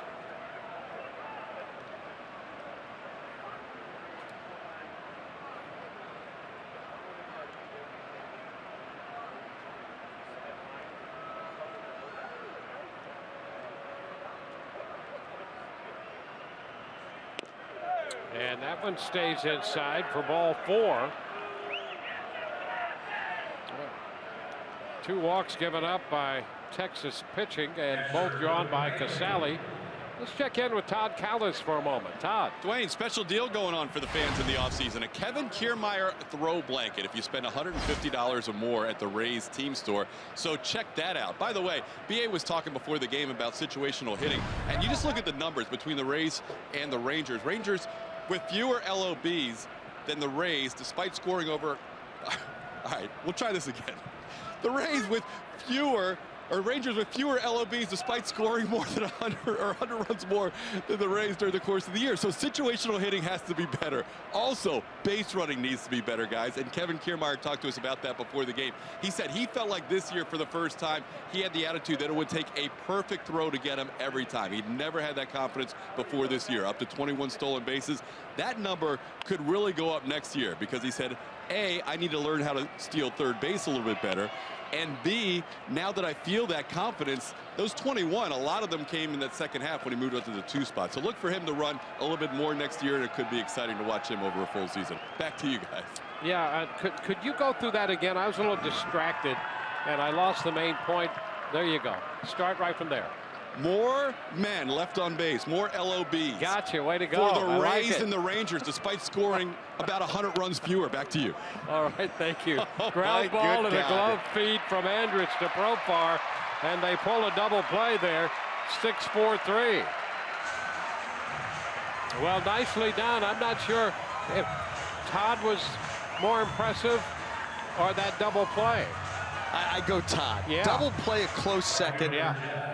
They did get athletic there up the middle. Andrus, who's had a tough day out there at shortstop, makes a nice flip right there. That is pretty. Profar finishes it off. Nice throw. You know, on the Todd replay, though, he was almost as fluid as they were. But, you know, here's the difference. They got it done in one take. Yeah. Well, Todd had some poor directing there. yeah, I know. He had to deal with, I don't know what was going on that end, and it certainly wasn't Todd. It was our shifty director. Yeah, I think so. He was looking for crowd shots. yeah, looking for a hat shot, looking for a 10-gallon hat here. Yeah, a funky, some funky facial hair that he knows that I'll comment on. 2-0. I swear, I think maybe he's behind trying to you know, get me into a little bit of trouble when he throws, because he knows if he throws up a certain shot that I cannot help myself. Again, the Ron Burgundy thing. Yeah, I got you. Well, the shot that he has up right now. Yeah. That nobody can see. I know. It's you know what that's called? Taunting by the director. It is, and it's one of the best. Somehow I wish we need to roll it in sometime. Maybe a spring training game next year. Yeah. An unofficial game, we can roll this shot in because it never gets old. Always makes you smile. Line drive into right, and Decker is aboard. He's going to dig for 2. And he pulls up with a double. Complete and utter lack of interest out there in right field.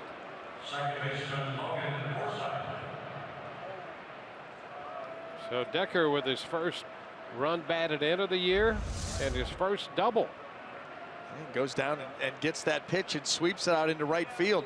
And he's going to be aggressive right out of the gate. And Chu gets a good look at him right here. Yeah.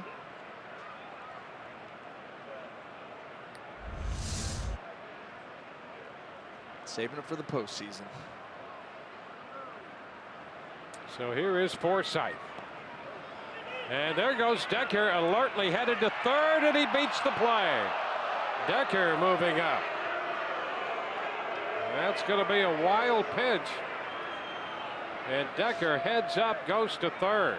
I'll tell you what, how about the anticipation by Decker?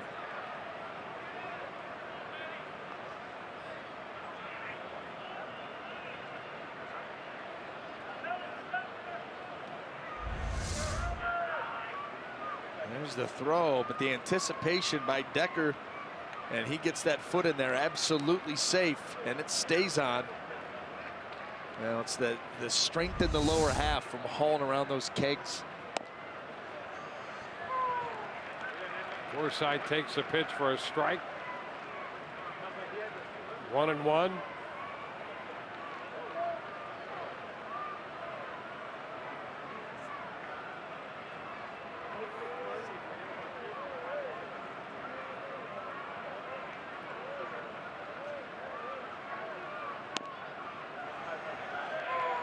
There's a strike, 1-2.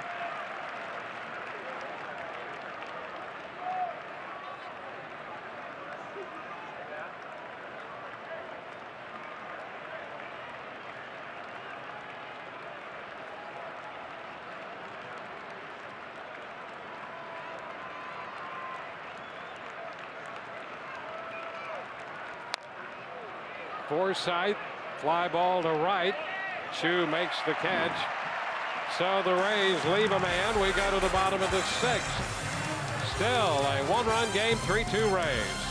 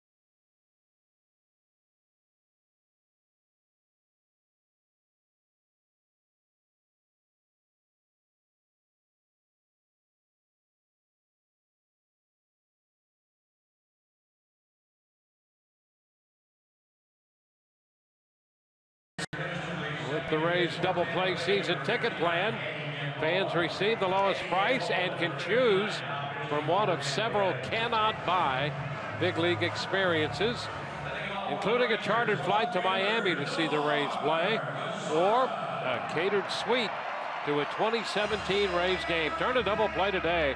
Call 888-FAN-RAYS. Talk with a Rays specialist.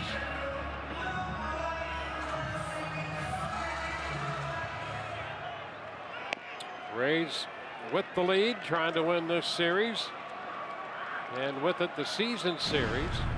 They bring on Eddie Gamboa for the 7th time, 0-2 with a 159 earned run average on the strength primarily of that knuckleball. Yeah, he's got an interesting assortment of pitches. The knuckleball that really isn't even held like a knuckleball. It gets some funky spiraling action to it, kind of holds it out in his fingertips. And then he's got a fastball he'll run up into the upper 80s. And the breaking ball, I mean, he gives a hitter a lot to think about. He's going to give the Rays a lot to think about when it comes to constructing that bullpen next year. I think you're right about that. 1-0 pitch, and Mazara hits one deep down the right side.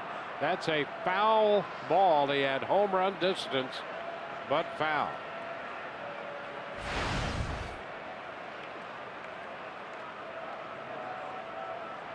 Four innings for Whitley,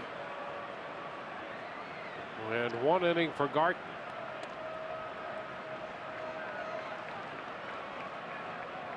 Two-1 to Mazara. Whitley getting a chance to start.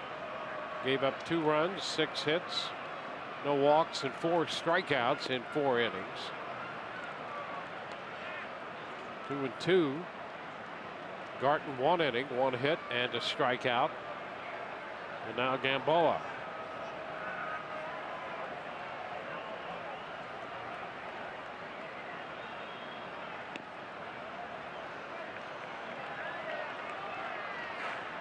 Full count.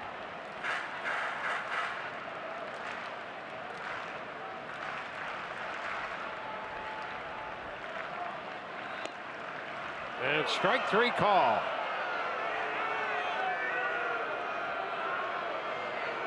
Mazara not happy about that one. Dwayne, you're going to have to factor this call into your assessment. That ball, you see it right there, 6 on Fox tracks, way up and out of the zone. And that's why Mazara took umbrage. He's like, are you kidding me? I think De Jesus so happy to see a fastball, he's going to call it a strike wherever it was. Lucroy, this is Nicholas.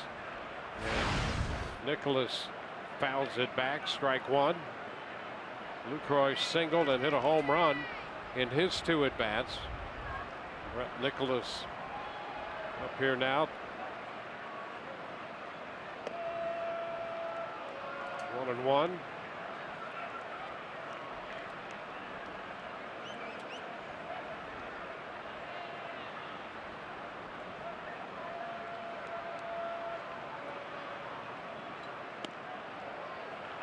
That's a strike. Well, he likes that pitch up there. Yeah. Yeah, and those balls, I mean, they're not even close to the zone. Yeah. You can see these Ranger hitters are going to become that ball up above the letters. Well, ball, and this off the mitt of Longoria. The only man on that left side tried to backhand it, and Nicholas has a base hit.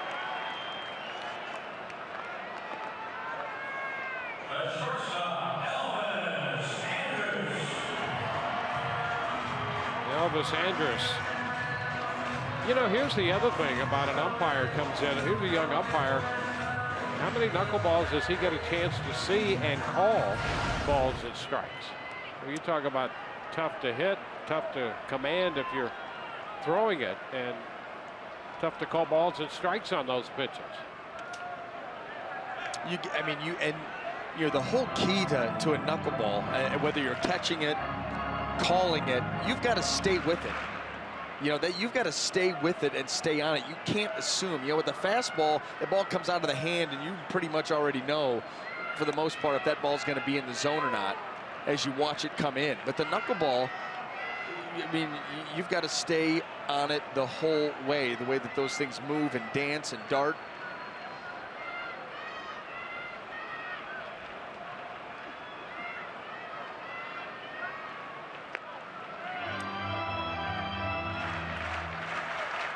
Nicholas, the runner at first.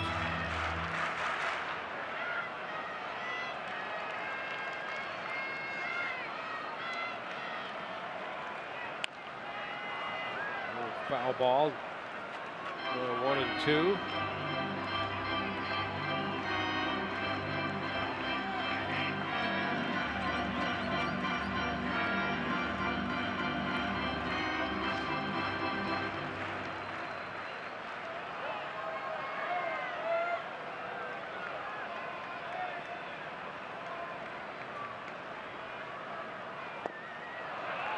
And a chase by Andrus. Well, been a tough day for Elvis Andrus. Second strikeout, chased that knuckleball wildly off the plate.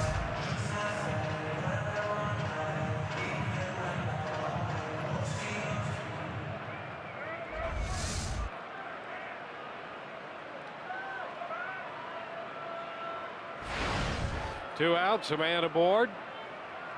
Ryan Rua, the first baseman. And there's a knuckleball that eventually just split the plate, but you're never quite sure on its way.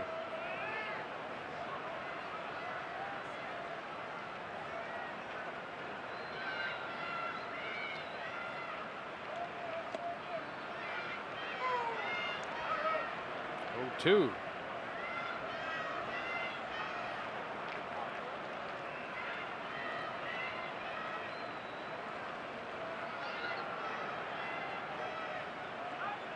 Quick move to first, and they picked them off. Boy, that's a quick draw move by Gamboa over to first to get Nicholas. And Texas wants to take just a little time to figure if they might want to have that play looked at. That was a quick move by Gamboa. And the Rangers going to challenge this one.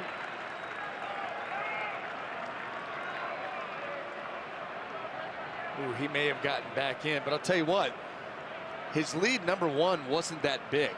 Number two, Eddie Gamboa has all the makings of having a tremendous move for a right-handed pitcher. The feet were quick, and the arm action was short. And that's what you have to have. You've got to be quick off that rubber, and that hand goes right to the ear, and then the throw. And that was a really, really good move. May not have gotten him here, but the fact that it was even that close.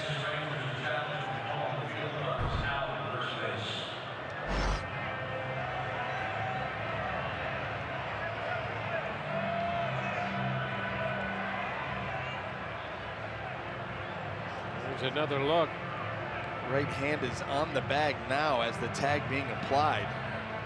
Well, one thing the Rays have going in their favor is he was called out on the field, so they've got to find a shot that's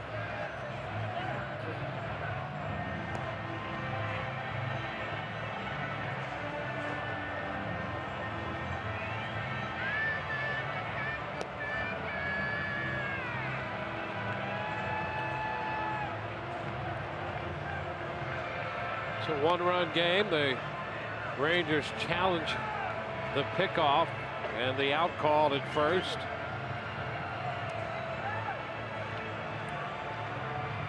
Gamboa has come on to pick up a couple strikeouts and give up the base hit to Nicholas in between the two strikeouts. So they'll give it a good look. a really good As many angles as they can come up with.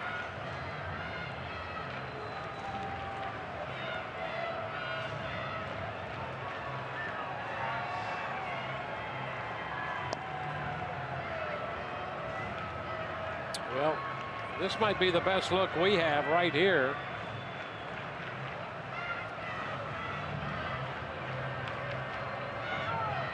And so is that conclusive enough to overturn this call?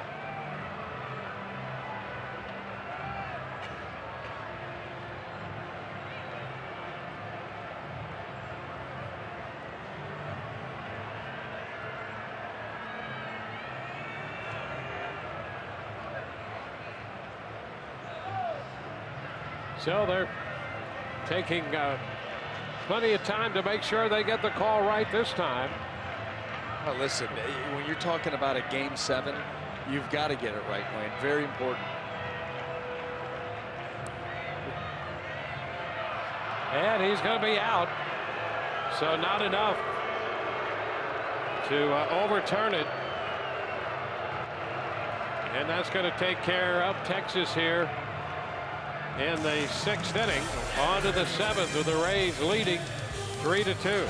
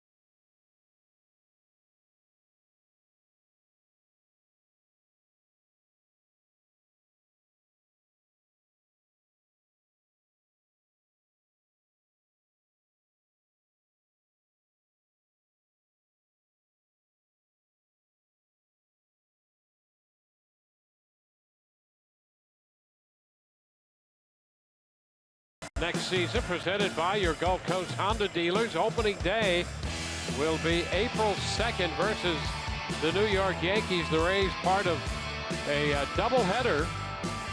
That's a one admission, good old-fashioned doubleheader, June 10th against the A's.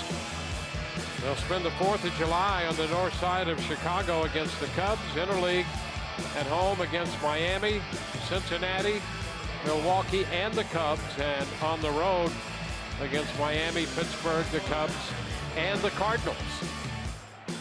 So look ahead.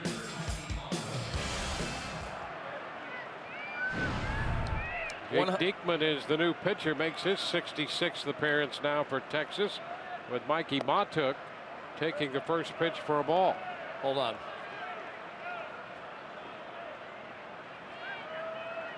182, Dwayne. You figured it already. Yep. 182 days. To opening day. There you go. A couple of changes here. Defensively, Alberto moves from third to short. Joey Gallo's in the game at third. Well, 2-1 to Matuk. I'm impressed with your work, you know, that solving math problems in your head. Way to go. But yeah, but it was easy. Yeah. You know why it was easy? There's a voice in your head. Well, and he does all the work. Fly ball center field. And now coming back to Shields. Had to come back to get that one. One gone. Here's why it was easy. How many days are in the month of October? 31. Okay. Today's October the 2nd. Yep. So you've got 29 days left. Yep. And then it's a lot of 29 plus 31 plus 30 plus 30 plus 31. Yeah, a lot of that. Yeah. And then you get to April 2nd. Yeah. After you get to the 180. It adds up perfectly to 180. And then 1, 2. Wow. 182.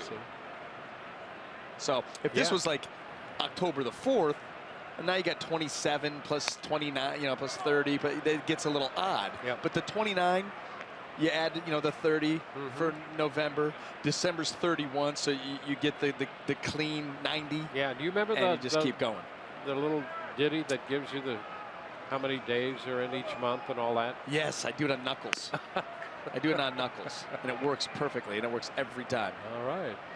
So you've put the work inside your head together with Knuckles. Yeah. It's a knucklehead method. And it 60% of the time, Dwayne, it works every time.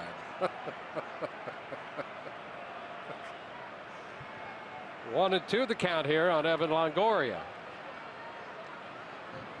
Knucklehead. That's good. He walked me right down the path, right off the cliff. There's a foul ball back. Then in the kindest way. That was good. That was very lawyer-esque. 3-8-0 for the Rays. 2-8-1 for Texas here in the 7th.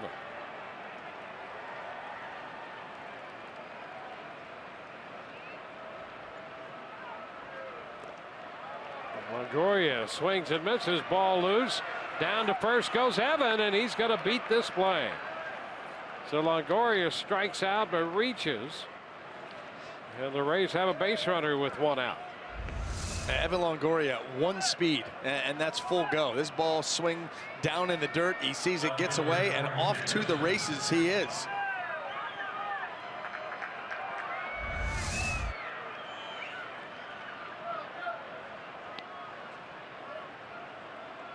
A strikeout on a wild pitch.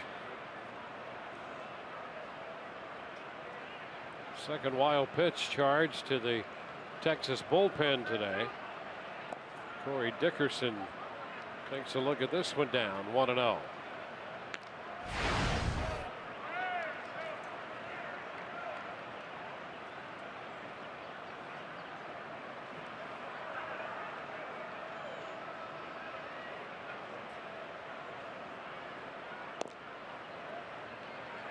Two balls, no strikes.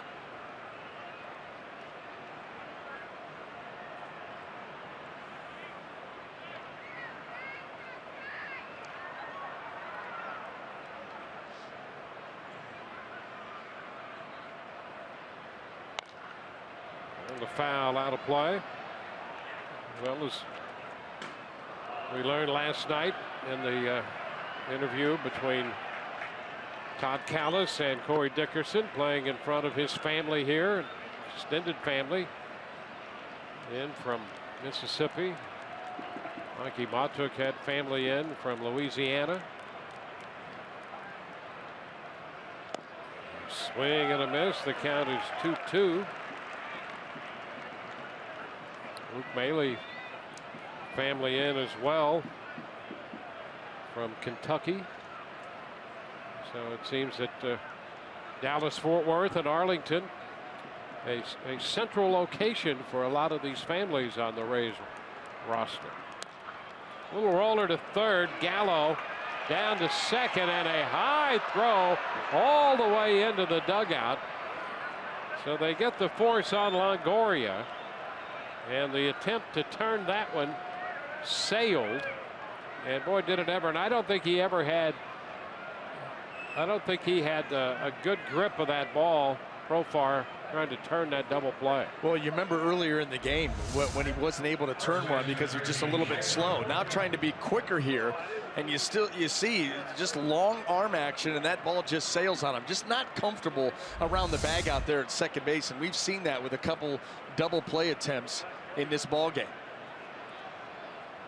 Yeah, you turn him from shortstop, it's a completely different animal coming from second base. The footwork's completely different all across the board. So here's Schaefer. And I can actually say that, Dwayne, because I've played those positions as a lefty. First time I tried to turn a double play playing second base. Oh, man. Think about that turn. Yes. I got knocked in the middle of left field.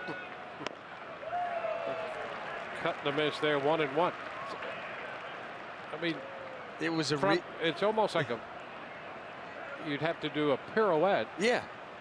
No, it depends on where the throw was. Yep. If the throw was glove side, you would tap across the bag and literally turn your back to first base as you spun and threw. Yep. If it was to the inside, you would let that twist to the inside as you tried to tap on the bag, and you'd have to completely open up and turn, which is what I did, and you know where the throw went. Yeah. So that you almost have to reverse yourself.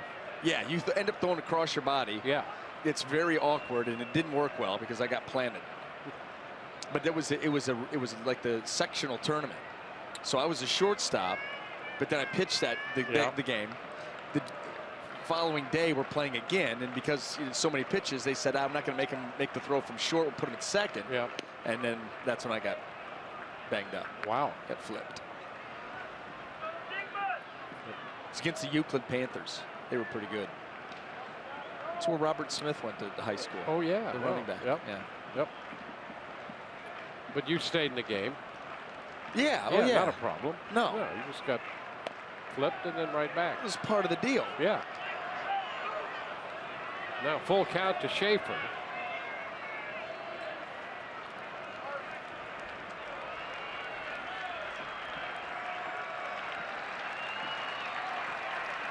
Well, Diekman about to make his 20th pitch. Has a strikeout, but he reached on a wild pitch. Dickerson at second. Fielder's choice and an error.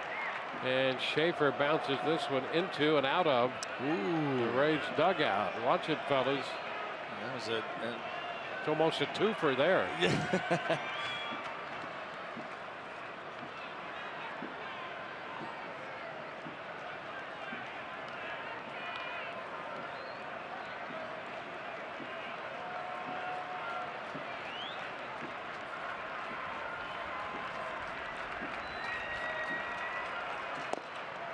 And ball four. Schaefer draws the walk. 2 men on, 2 men out.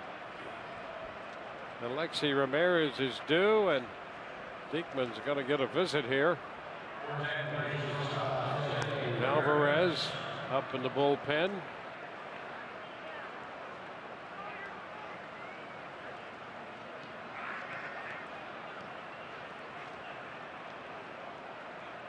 Well, the Rays led 2-0, 2-1. 3-1, now 3-2, hitting in the 7th. And an opportunity here with a little sloppy play to take advantage of that and add to their lead.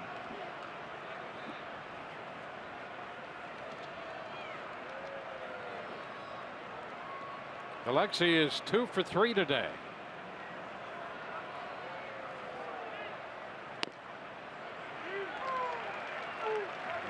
strike.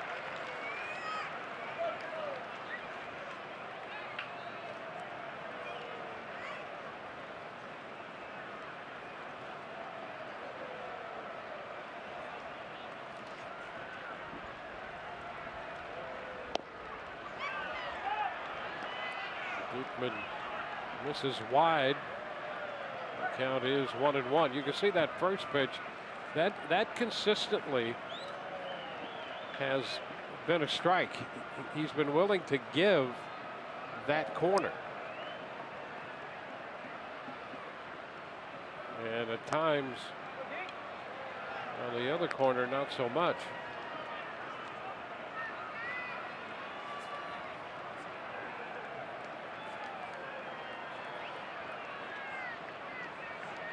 Now 2-1.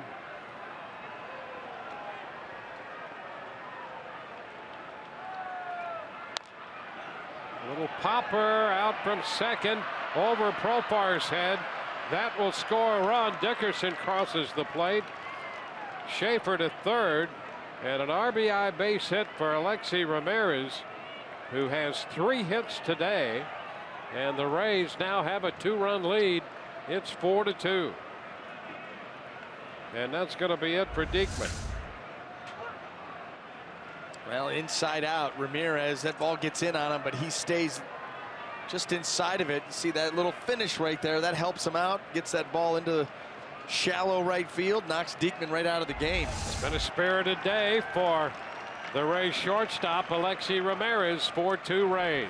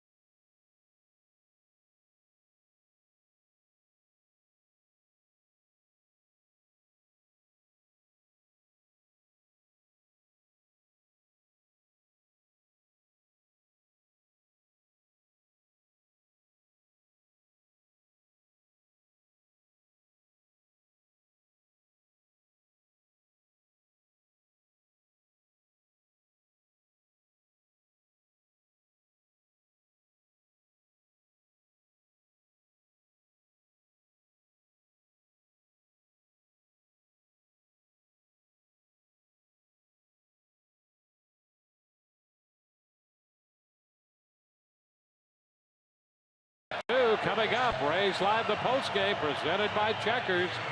We'll anchor the coverage right here from the booth in Arlington, Texas. We'll hear from Kevin Cash and more on Rays Live, the postgame. We're recapping the entire season. Yeah, we'll give the final win and loss total, and that says it all. We recap the entire season.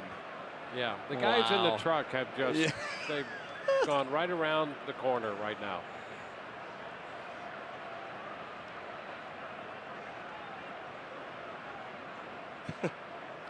Dario Alvarez in there. Texas bullpen had a scoreless streak snapped with that base hit from Ramirez scoring Dickerson. They've gone 35 1/3 scoreless innings. And now that comes to an end.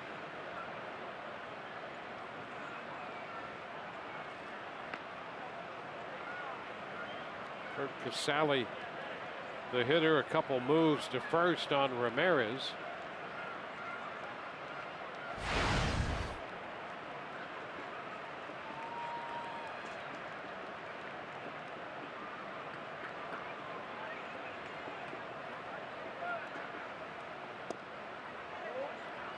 First pitch is a ball.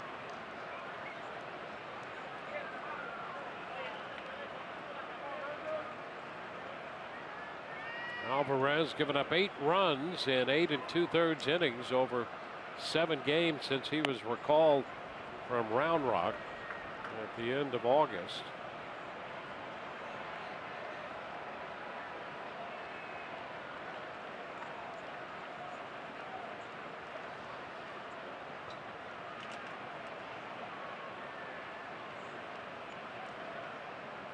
Now there goes Ramirez, and a step off by Alvarez. They're going to get him caught in a rundown. Now throw back to third, and Schaefer is tagged out there.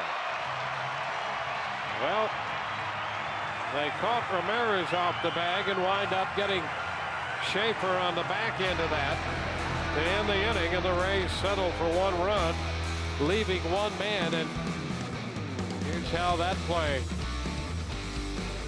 turned out.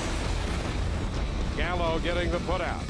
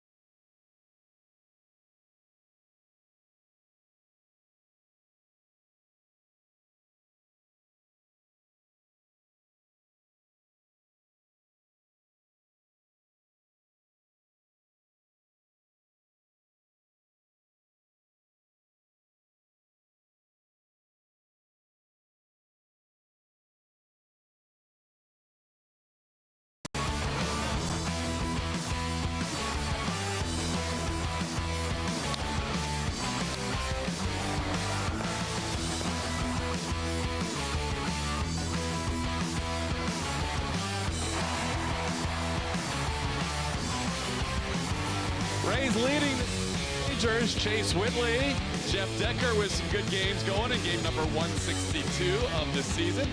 As we welcome you back to Arlington, Texas, we'll take a look at the games involved in the wild card picture for both the American League and the National League. The Baltimore Orioles are 3 outs away from punching their ticket into the postseason. They lead the Yankees 5-2, playing in the 9th inning. And in Fenway Park, Aaron Sanchez had a no-hitter, 2 outs in the 7th inning. Hanley Ramirez hits a home run to tie the game at 1. And in the other game, the Tigers are still trailing the Atlanta Braves 1-0 in Atlanta. So if Atlanta stays in the lead and beats Detroit, then the Blue Jays would get in regardless of their outcome. In the National League, guys, former Ray Matt Moore, 7 strong innings of 3-hit, 1-run baseball, less than 100 pitches. He is trying to pitch the Giants into the postseason as they lead the Dodgers 5-1. If they win, the Cardinals score is irrelevant because the Giants started the day 1 game ahead. For now, let's go back right above me to the Rays TV booth. Gentlemen.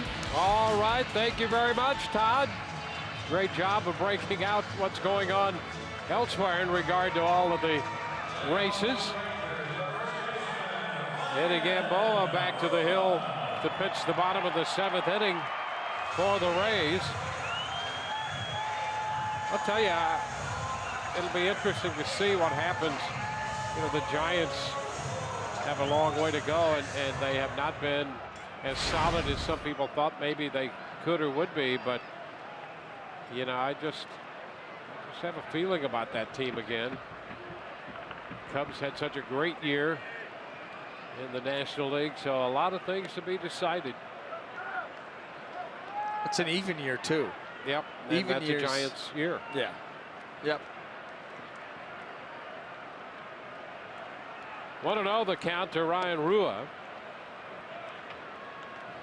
Tough navigating through the top half of the 7th. Wasn't exactly the most picturesque way to get through an inning, but the Rays did get a run. And so they lead 4-2. 1-2 the count on Ryan Rua.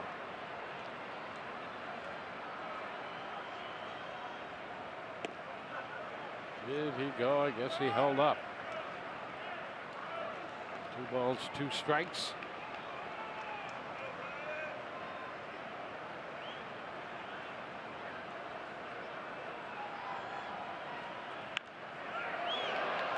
Look out, line foul.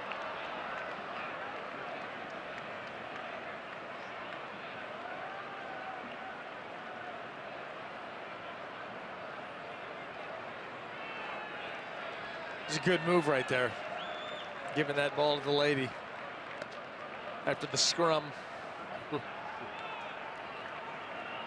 you are. Yeah, they were getting after it. Souvenir in the last day of the season. Ball 4. Yeah, you'd have to wait 182 more days to get another chance. That's right. Gamboa gives up a walk. And that's the first walk the Rays staff has allowed today. Yeah, it used to be if you were out of the race and you were walking guys on the final day of the season, you got hit hard in Kangaroo Court. Yeah. Real hard.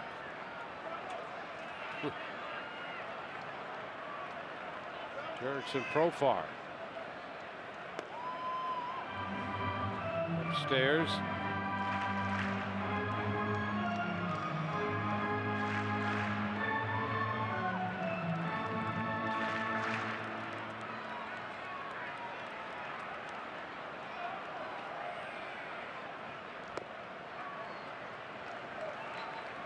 Two 2-0, and Maley trots to the hill.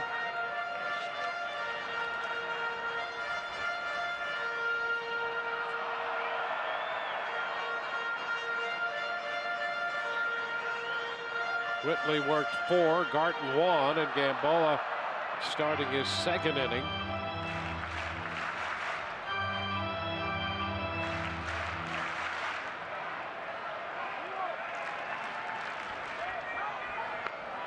Move over to first. He has 1 pickoff already.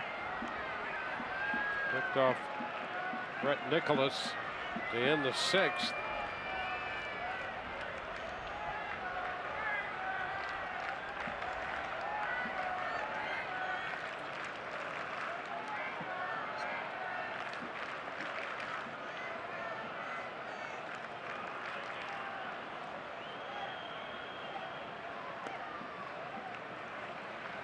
It's 3-0.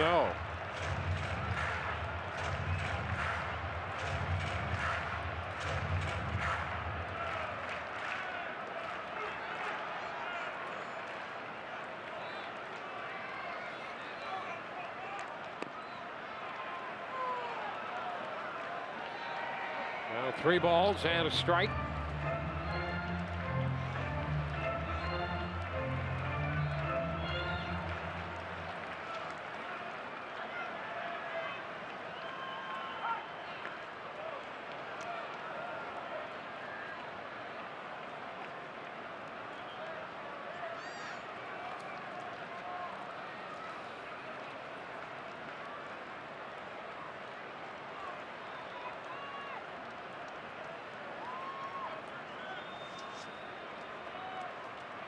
A step back and a quick look over there.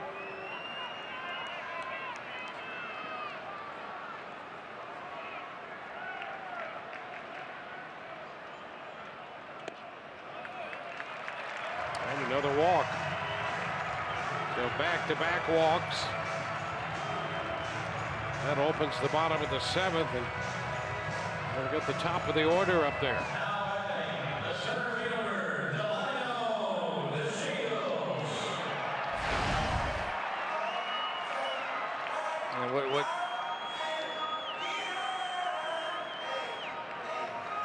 That's where you start to put the cart before the horse. You know, it's a 3-1 count. You're more worried about the runner than making a pitch, and it doesn't do you any good. And meanwhile, he's not running 3-1 anyway. And now Shields showing the bunt, and he takes the pitch for a strike.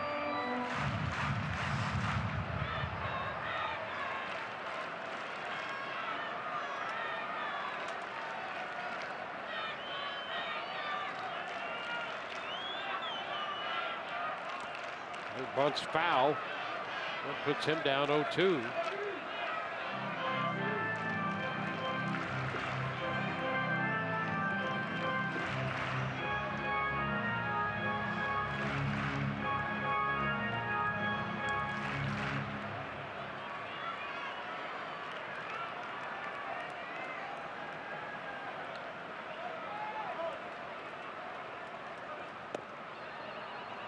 Up a bit.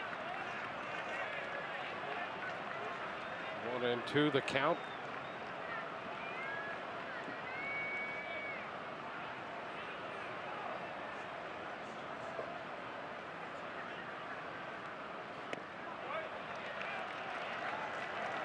After getting ahead, it's 2-2.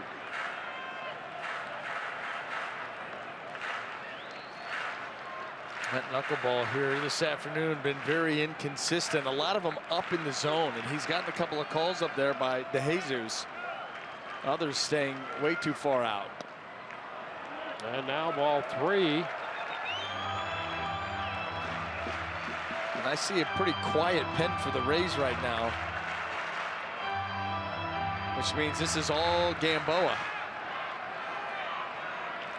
This inning starting to get away from him. Need a pitch here. And a swing and a miss. He strikes out to Shields. Oh, he needed that in a big, big way.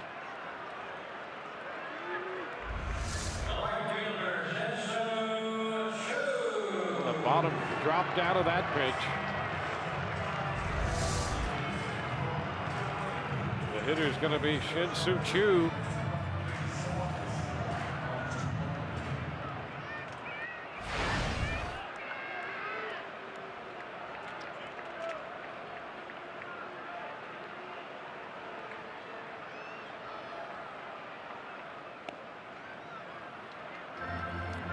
Wide. 1 ball, no strikes. Well, if you're manager or pitching coach, you just sit back and let a knuckleballer go. Yeah, I mean, there's not a whole lot, you know, not unless you notice something mechanically that's affecting release point. Now throw back to second. He's working on pickoffs today. Gonna get that in before spring.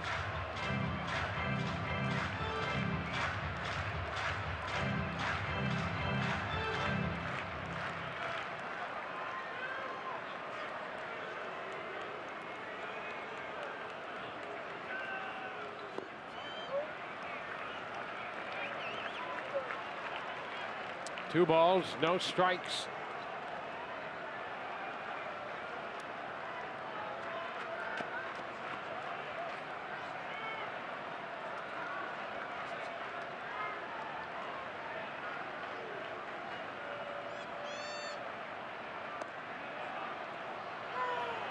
He gets a strike, 2-1.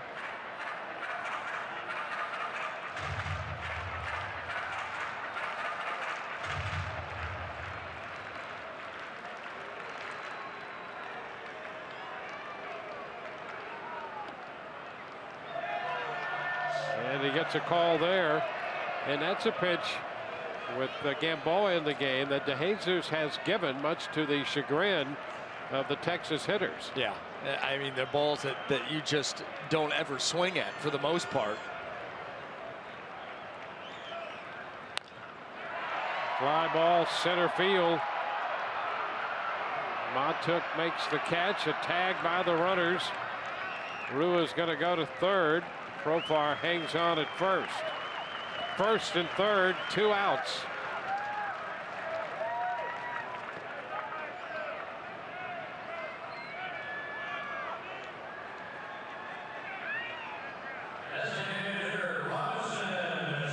Robinson Chirinos, who is the DH, entered the game hitting in the 5th inning for Carlos Beltran. Danny Farquhar up in the bullpen.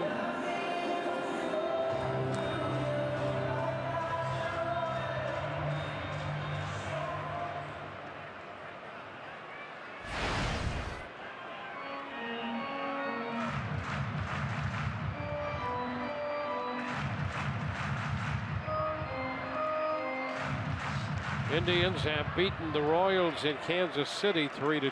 This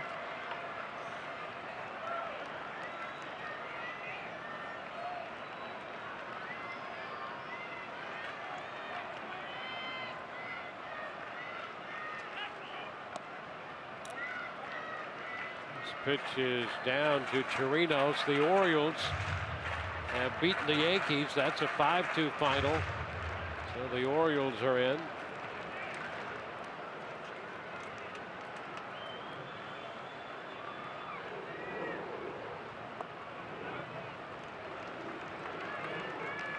Two and 0 the count.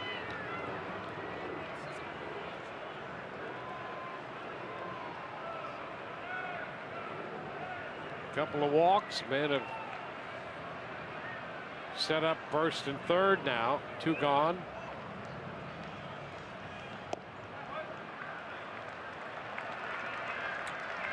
Now 3 and 0 and a couple of pitches in there Gamboa has wanted and are balls, called balls, and it's 3-0 to Chirinos.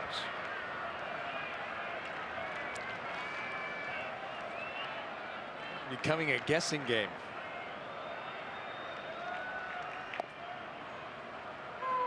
That's a strike. What's happened here? I'm not quite sure. I'm honestly not quite sure. I mean, a baseball game started. I'm not sure what this is anymore. We've got 27. This will be the 28th pitch and a move to first. Profar back in. And with Chirinos, the strike zone has been reversed.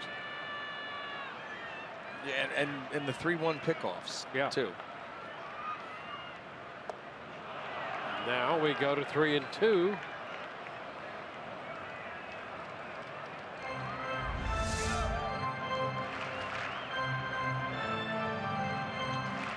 A+ knuckleball there. Those are the ones that you want to see. A lot of them have been up in the zone, but those ones that just kind of float around in there, let her high, belt high, and then bottom out.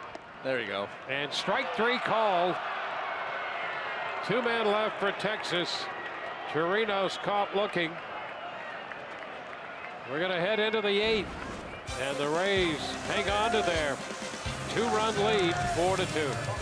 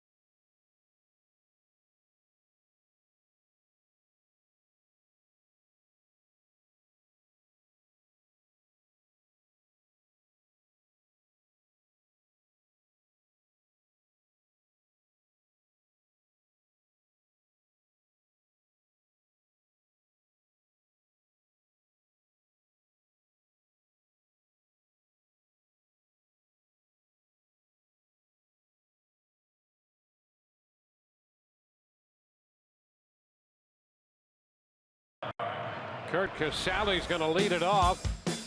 Well, Zach Britton, and what a year he has had for the Baltimore Orioles at the end. 47 of 47 in the save department. 69 games and a 0.54 earned run average. Gave up 5 earned runs for the season. Zach Britton absolutely dominant. He's going to get some well-deserved attention for the Cy Young Award. So the Orioles clinching a postseason berth. Yeah, that Cy Young Award. Listen, I think at the end of the day, Rick Porcello's going to walk home with it. Yeah, it's tough to not give it to a guy that's like 28-4. And so I think he's going to have it, but Britton's going to get his fair share. Is that just a forecast of what the postseason's going to hold for him, or what? I saw it on my phone. I just go with what I see on my phone. Yeah. Okay, that's good.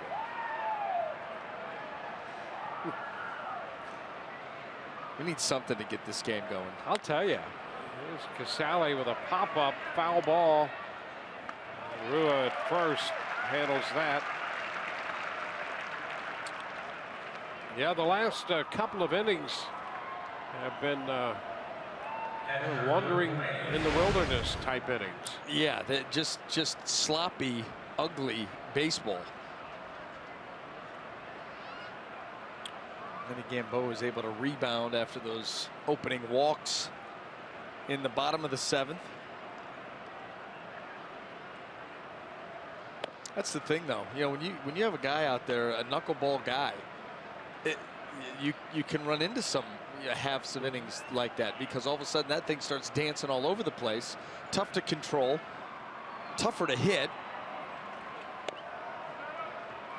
Luke Maile up in the count 2-0. You know, another good story this year, and another reason I like the Indians, is that Rajai Davis has gone over there and led the league in stolen bases for them.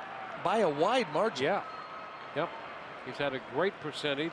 In fact, I think last time I checked, Davis and Kevin Kiermaier had the best percentages of stolen base success in the league. And Rajai Davis is going to lead the league in steals. And there you see 43 steals for Davis. So he's, in a way, running away with that stolen base competition. 13 more than Altuve or Dyson.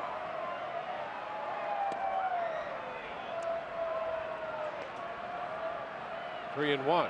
He's a fun guy to watch play. Yeah, a lot of energy. You know, Dwayne, that's why, you know, when I was making the picks for awards, part of the reason why I ended up going with Terry Francona for Manager of the Year. You know, my thinking being, you know, this is a team that doesn't have a ton of superstars. You know, they got a Francisco Lindor, who's a tremendous player. They got some good young players. But Michael Brantley not there for the season. He's squeezing the most out of guys like Davis and Napoli. Yep. I think you're right. Wins the division.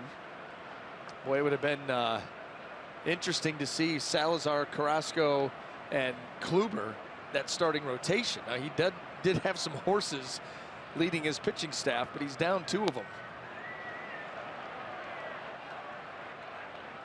Well, the foul ball, 3-2. Well, a lot of attention paid to the year the Cubs have had in the National League, and Boston over in the American League, you know, Texas here. But if you'd want an interesting, sort of an underdog kind of World Series, I think it would be Cleveland and the Giants. It's going to be out of play, and especially I don't know exactly where the Cleveland starting pitching is going to be because of the injuries. But if you'd had them at full force, I mean, that would really be an interesting matchup, I think. But we're going to see a lot of baseball to be played here this coming month. Ground ball headed to short. Alberto's throw to first. Maile is the second out here in the 8th.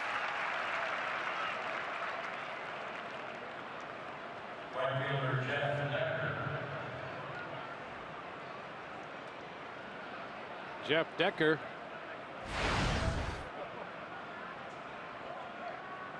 Decker with a run batted in, an extra base hit on the day.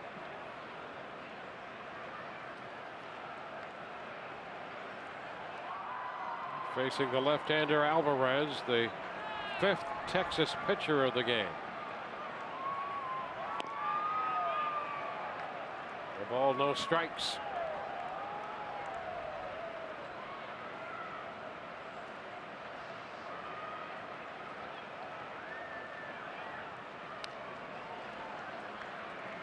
One.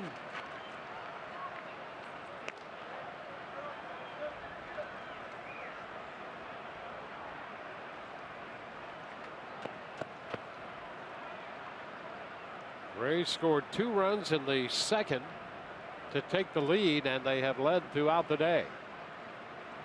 Up 4-2, 2 outs, bases empty in the top of the 8th. Fly ball into right. Hoying going back for it to make the catch. 1, 2, 3, go the Rays. Bottom of the 8th coming. 4-2, Tampa Bay.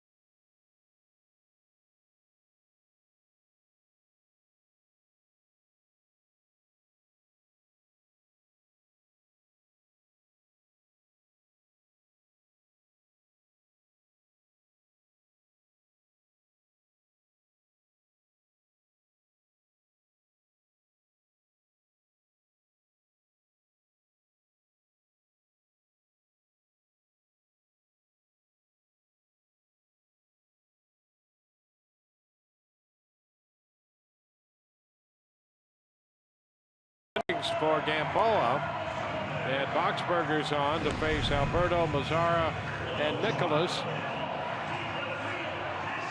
27th appearance here for Boxberger with a record of 4-3. Well, the Rays trying to close this thing out. Brad Boxberger a year ago, season ago, 41 saves that led the American League. Now setting up for Alex Colomé, who's got 37 saves, and if Brad Boxberger can do his job, he may have a chance to get number 38.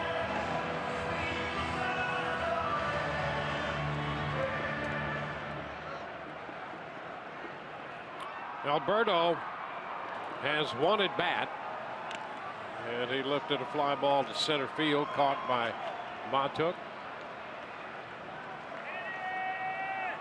Strike the count on that foul ball. Boxberger pitched an inning last night, struck out 2 and walked 1 en route to a Rays 4-1 win.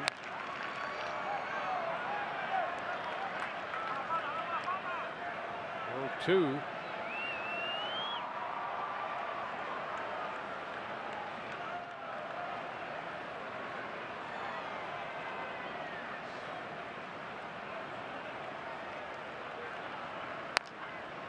Another one foul out of play. Still a 2-strike count.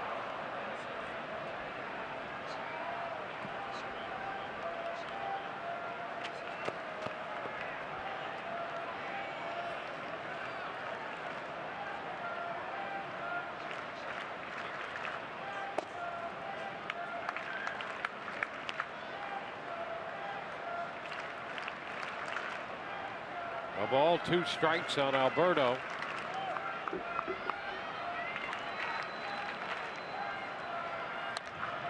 Ground ball to third, grabbed by Longoria, and Evans' throw right on the money to Schaefer. That's the first down in the 8th. It's always a big one. Keep that leadoff runner off first base or off base at all. Going to work from there. Nice little nifty play by Evan Longoria. It seems like the second half of this game there's been no action. Yep. Well, we did go into whatever zone it was in for a couple of innings.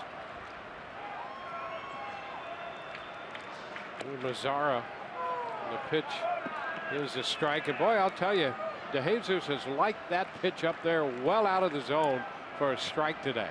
Look where he's set up again. You start to guess out there, and it's the ball that's away from him and up too. Well, what was wrong with that pitch? All I saw is it bounce. If it kicks up dirt, it doesn't have a chance.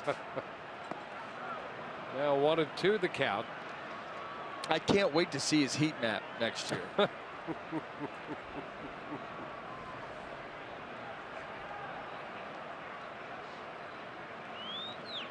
Yeah, here we go. 1-2 is down. 2 balls and 2 strikes.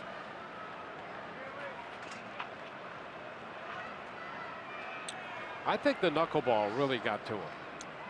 When the knuckleball came into the game, it went south. Yeah.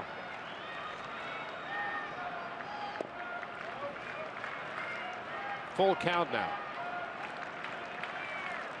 I mean, we've seen how difficult it is to hit, to throw, and to call balls and strikes on those knuckleballs.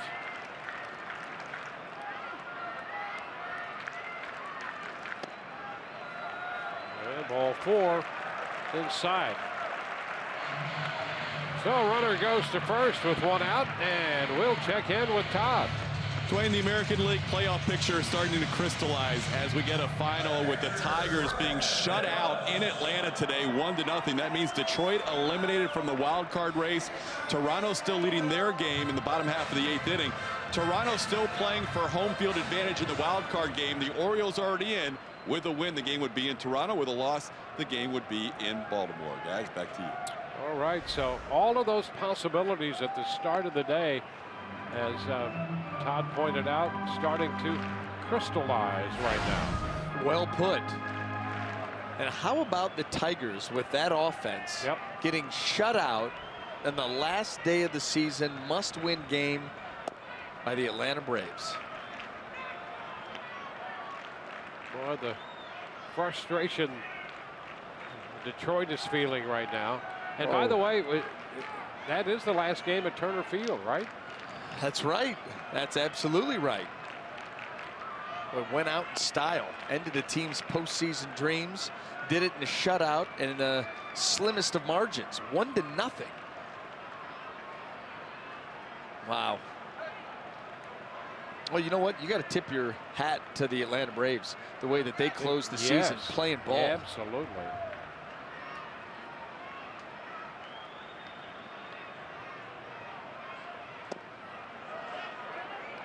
It was a check swing, but he did go. Nicholas trying to hold up. Mark Wegner very emphatic with that call down at third. A lot of movement with that bat.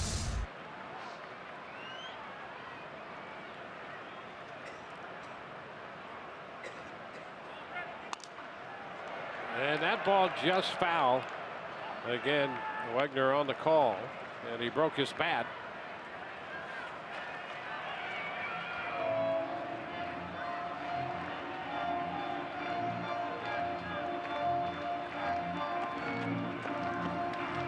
Mazzara, the runner at first base with 1 out.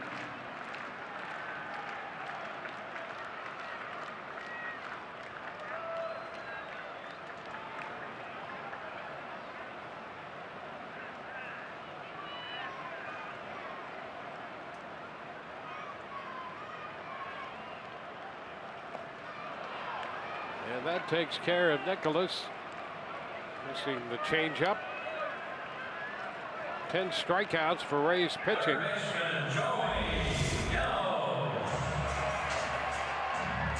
Great finish, and that pitch bottoms out. That's one thing we can talk about, Dwayne, in the post game. 10 strikeouts by the Rays. You start to look back on this game and say, what exactly happened? When and how and where? And it's tough to come up with anything.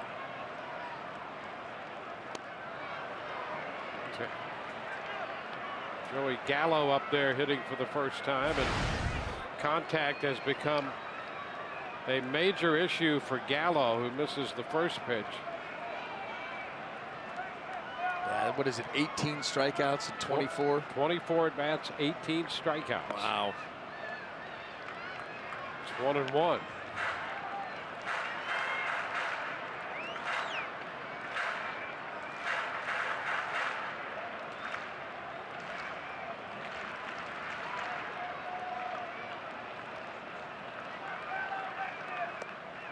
And a big uppercut there. 1-2.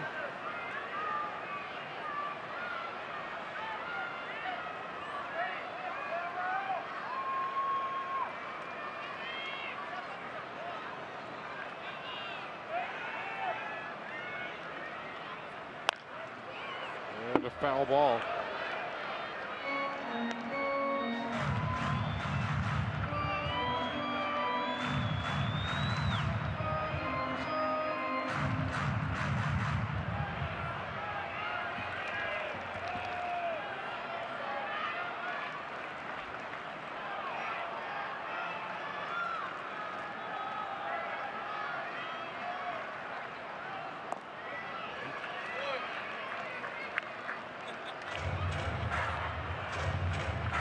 Two the count.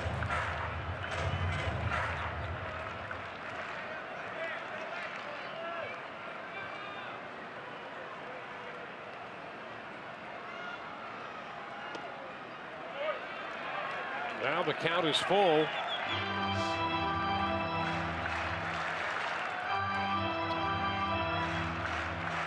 The first baseman, Rua, is on deck.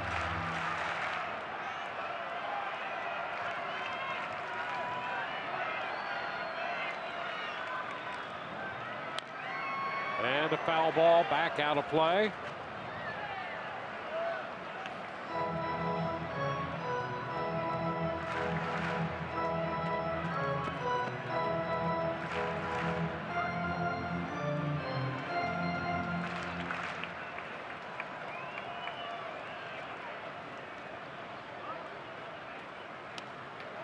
And he walks him. So a couple of walks. Mazara heads to second. Gallo goes to first. Ryan Rua will be the hitter.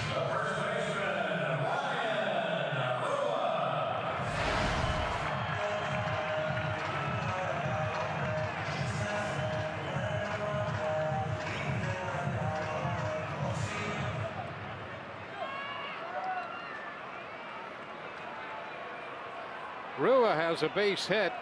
And a run batted in back in the second. He singled in the fourth and walked in the seventh. And he takes the pitch down. 1 ball, no strikes. So the Rangers suddenly with a 2-out threat on the 2 walks. Foul into the screen.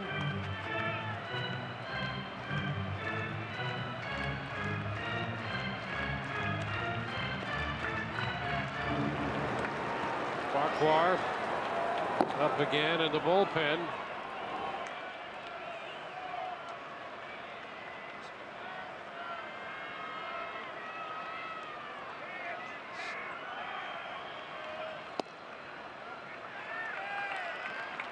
Now 2-1.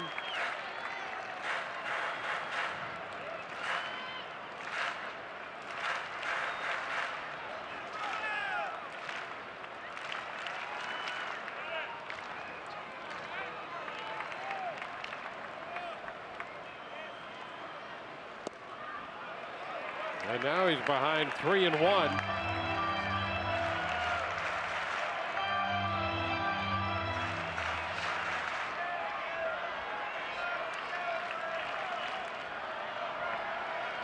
Two on, two out, 3-1 the count. Bottom of the 8th, 4-2 game, and there's ball 4. The bases are loaded. You know what? And that miss right there is the one that's concerning. You know, a couple of walks already. And no question that's not what you want, but when you're talking about a 3-1 count and that fastball there was not even close. Just completely yanked. Watch this miss. That right there is what gets you. Wonder what's going on with Brad Boxberger and his mechanics. Yeah. That's the 29th pitch of the inning. And the full-scale conference on the hill with Jim Hickey out there before they face Profar.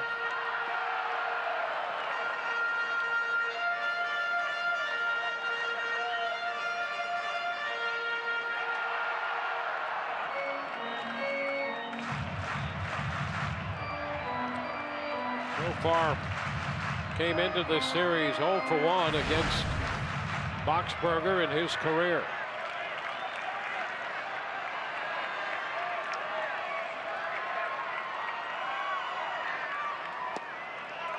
And the first pitch is away, out of the zone.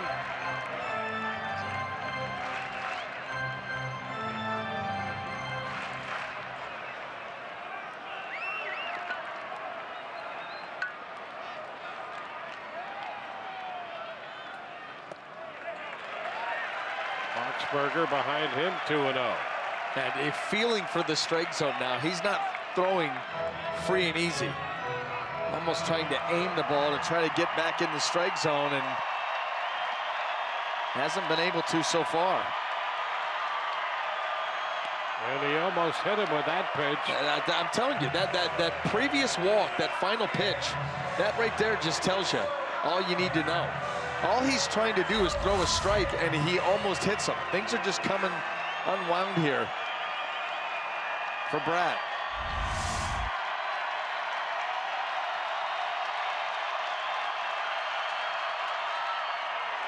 And there is ball 4. He forces home a run.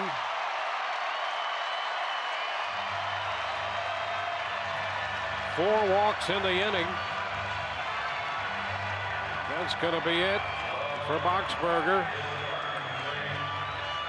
He leaves with the bases loaded, and we'll get a call to the bullpen.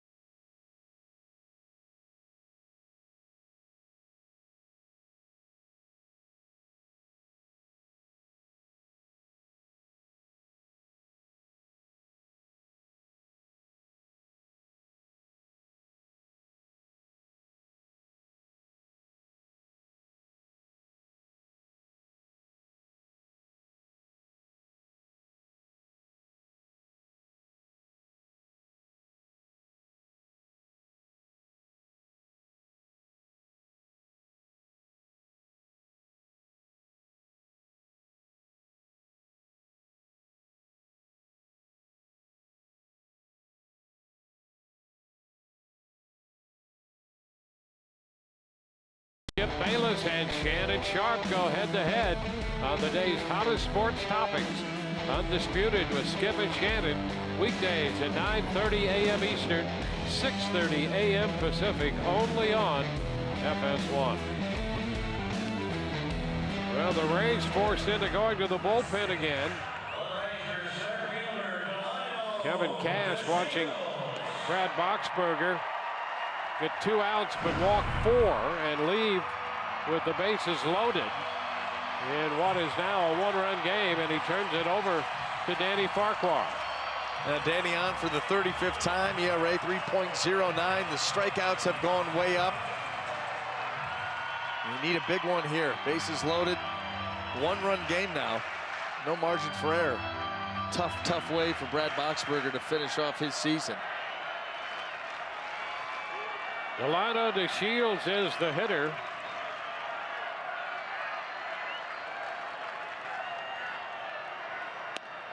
Farquhar throws him a strike, a fastball.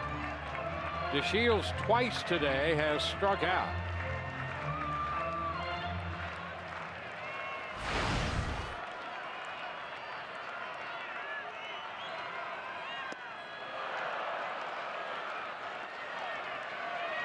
Oh, 2.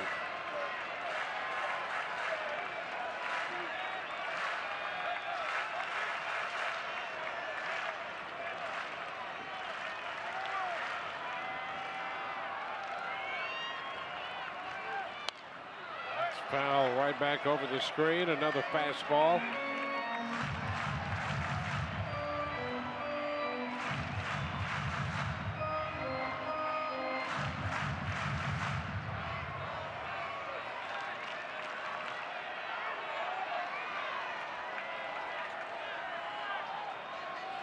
And a cut to miss. DeShields strikes out. So Farquhar strikes out DeShields, leaving the bases loaded. Texas with a run. And it's a 1-run game, 4-3 Rays on to the 9th.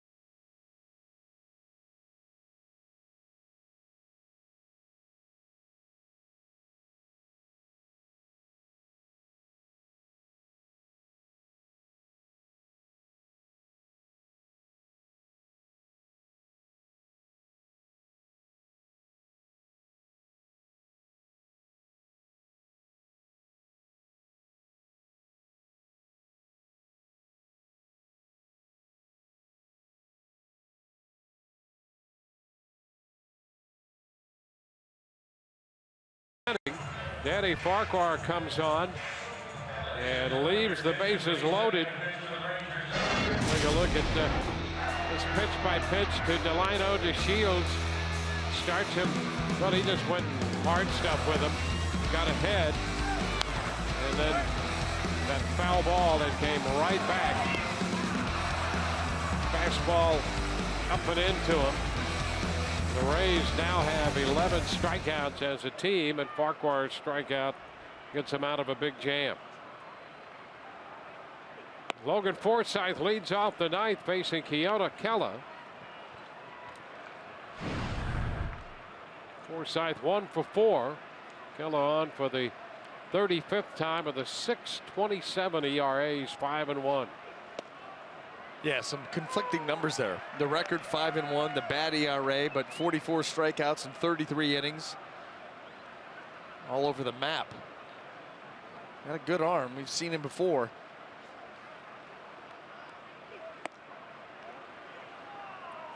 Well, 2-1.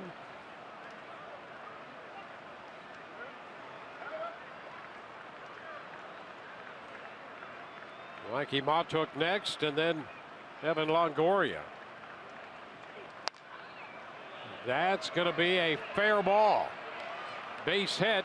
Forsythe's going to go for 2, and he is in there ahead of the throw. 2-base hit for Logan Forsythe here to begin the 9th inning. Well, this potentially could set up an interesting situation with Evan Longoria looking for 100 RBIs. Forsythe aboard with Montook up here and Longoria to follow. Yeah, the Rays would like to give themselves some breathing room here after the Rangers able to close within 1 the last half inning without even having to put the ball in play.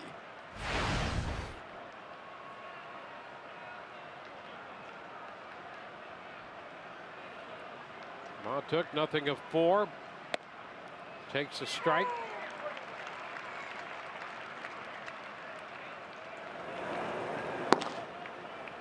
Alex Colomé up in the bullpen.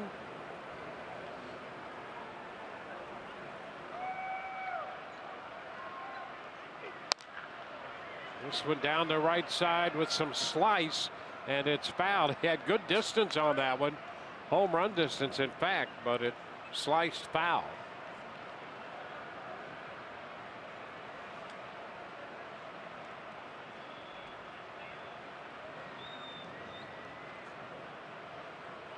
Six pitchers in the game for Texas. The Rays have used 5.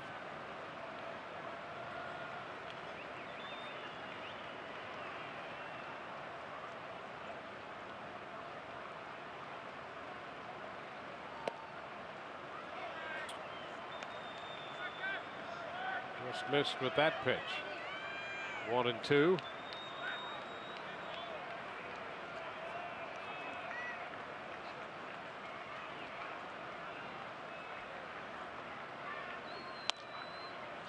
And a foul ball.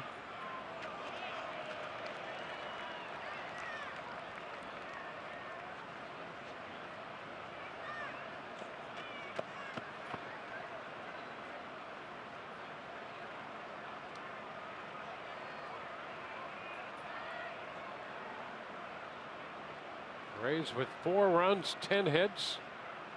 A man in scoring position in the 9th, and Montook just a little piece of that one. Stays alive.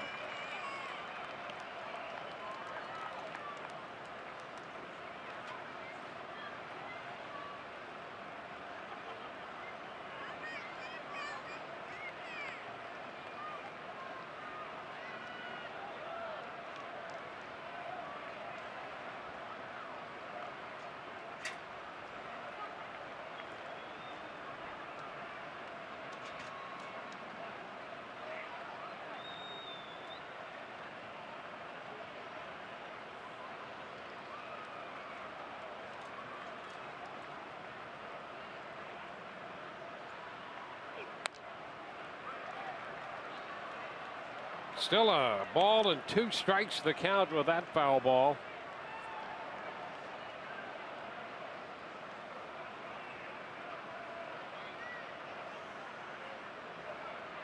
Shepard's up in the bullpen.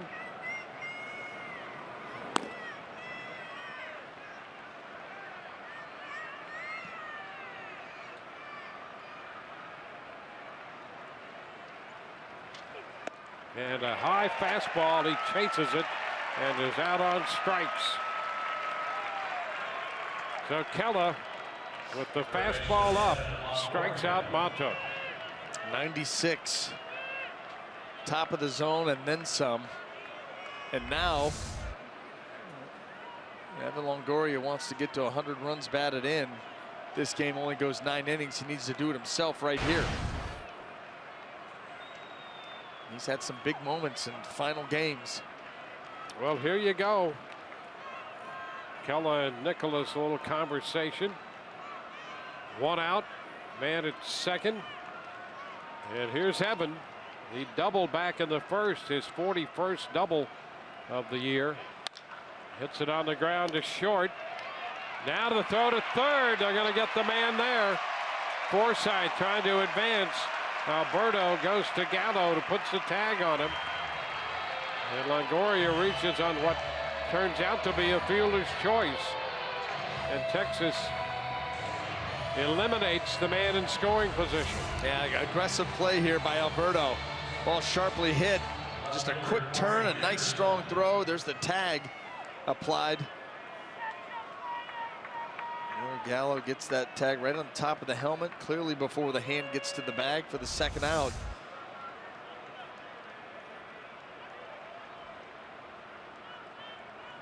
There's Corey Dickerson. That's a strike. I'll tell you what, Kella, he comes from right over the top, and that ball just darts into the zone. You talk about driving a pitch downhill.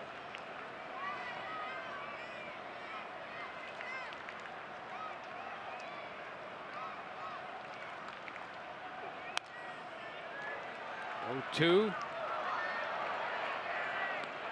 He's been hurt by right-handed hitters much more than lefties. Man, there's a lot that doesn't make a whole lot of sense about Kella. Not having seen him, as much as obviously Ranger fans, because the stuff is there, and it should be pretty tough against righties too, or tougher. One hit at 96, foul back.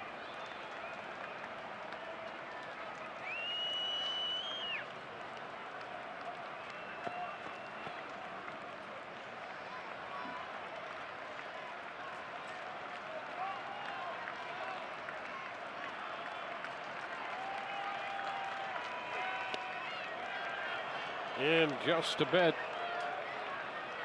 I tell you what, 1-2. Ramon de Jesus in this strike zone today, you just can't figure it. It's all over the place.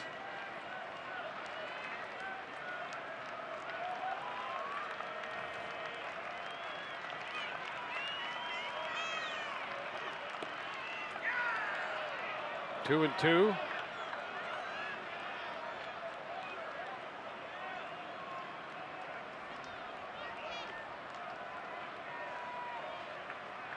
Schaefer on deck.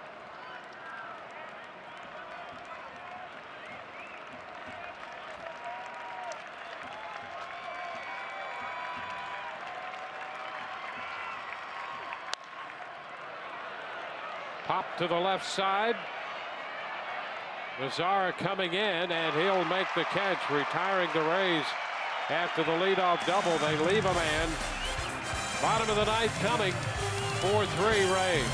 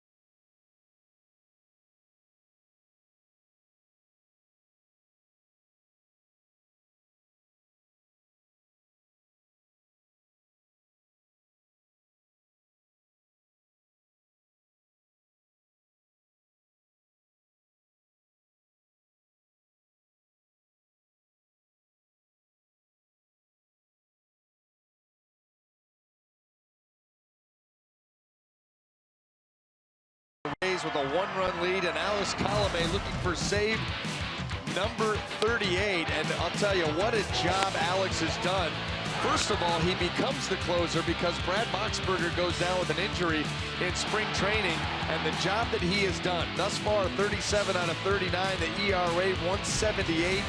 He has been big when it has mattered the most. There's a guy out there constantly in attack mode. There's not a situation that phases him. And right now, looking, like I said, for number 38 with a one-run lead here in the ninth.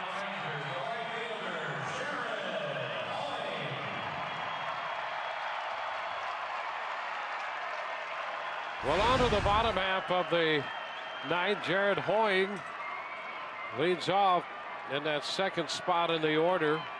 He replaced Chu in the outfield in the 8th inning in right, so he gets an at-bat here to lead off the ninth. First pitch is in there for a strike. Colomé in the game last night to close out the 10th victory of the year for Jake Odorizzi.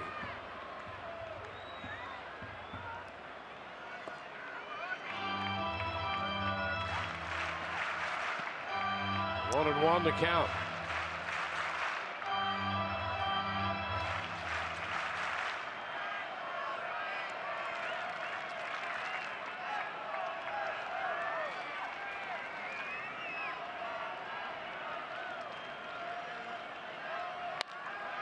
There's a base hit into right center field. Matuk with the pickup, and Hoying falls as he rounds first, making an aggressive turn as to where that ball was hit, thinking about two, and lost his footing around the bag at first. Yeah, he was being sent too.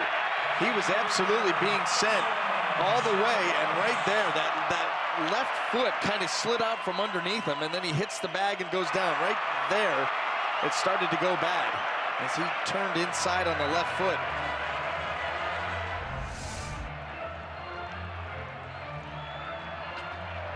And the leadoff man aboard here in the ninth.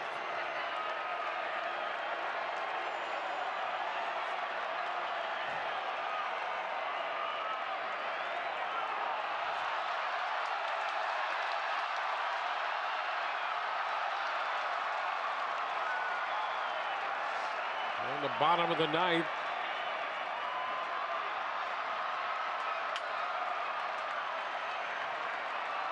Robinson Chirinos is due up.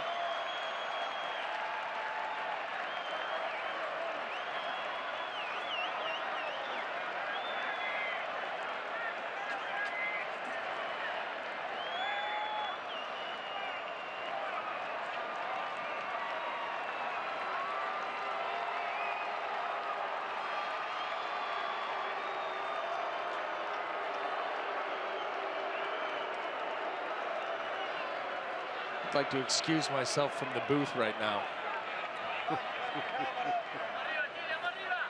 I have a pretty good idea of what you would be doing.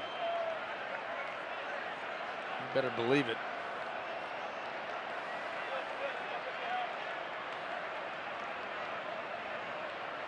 A couple of fans who decided to jump onto the field, and they've been removed. Oh my gosh.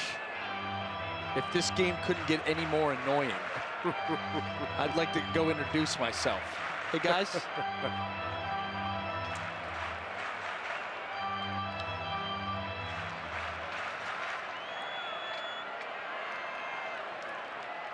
Well, they're gone now. And here's Chirinos with a man at first. One out. He's swinging and fouls it out of play. Alex Colomé on the last day of the regular season trying to get the save. His first save of the year came back on the 17th of April against the White Sox. His first major league save. Saved that one for Matt Moore. Now pitching for the Giants. 0-2.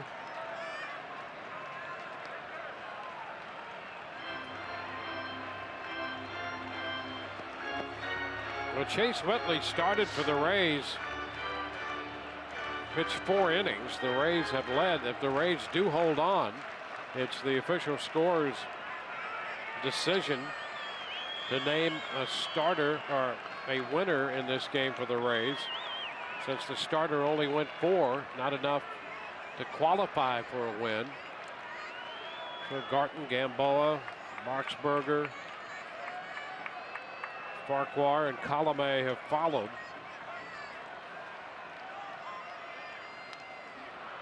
A little piece of that one foul. Chirinos at the plate, Alberto on deck, and then Mazzara. If they get that deep with a man on, nobody out right now.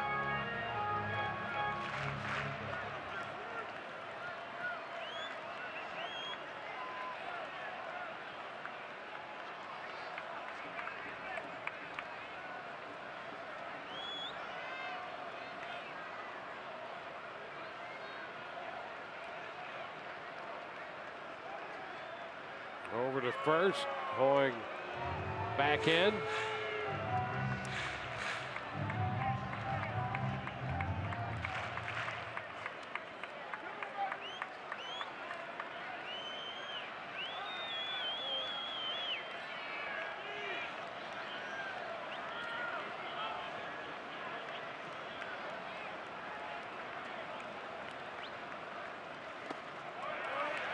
Pitch is down. It's 1-2.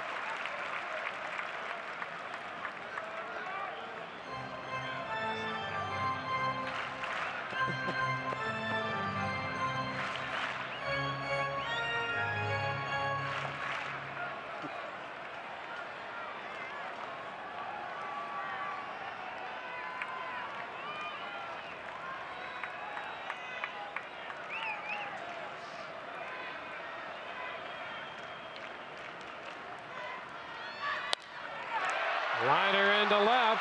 That ball's going to be in there for a base hit. Hoying will go to third.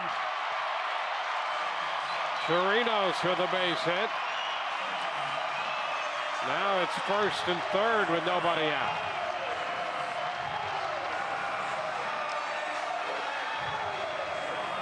Well, now you've got your work cut out for you. Robinson Chirinos takes the slider, and he goes out and gets it deep out there into left center field. Ray's able to cut it off and keep him at first base, but you've got first and third now with nobody out. Hanser Alberto will be the hitter.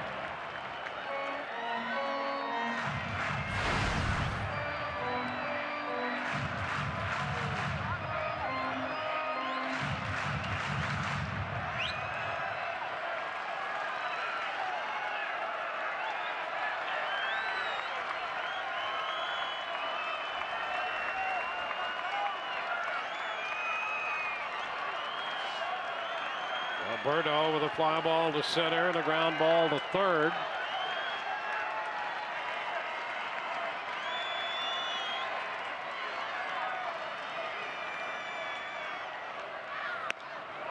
And the fastball, he goes up there after it misses. Strike one.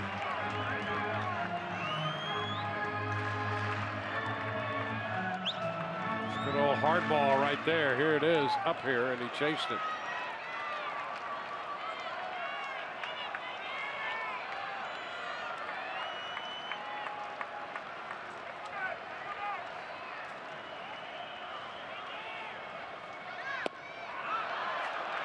Two. Here's the thing, make a mental note. If you're Alex Colomé, strike one, strike two, well out of the strike zone. And there's just no reason to venture anywhere near it right now. I try to expand again, up or away, wherever it may be, even with the slider, if you want to go with a slider down and off the plate. But hands are right now swinging at everything. And that one just low. You got a better chance to get a chase on a fastball, whether if it's just off the plate away or just above the zone. The ones down, they see it out of the hand down and not likely to go after it. Not at this point. The 1-2. And a base hit up the middle. Hoying scores the tying run. Chirino's up to second, and it's a 4-4 ball game. Well, Alberto had gone 0 for 15 since being called from Round Rock. Has an RBI single on a 1-2 pitch. Now this pitch is down and away, and it is. Well, he reaches out there, covers it. How he covered that. Ball down and away, not a bad pitch. And he's able to get it back up the middle. 3 straight hits, a tie ball game.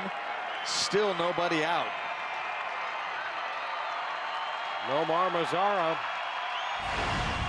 He's 0 for 3 today. Walked and scored in the 8th.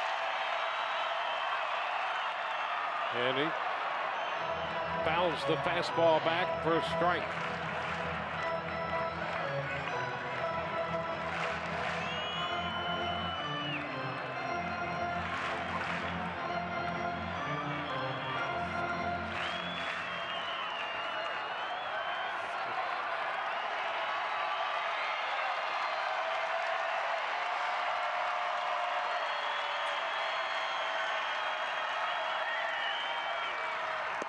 Upstairs, now 1-1.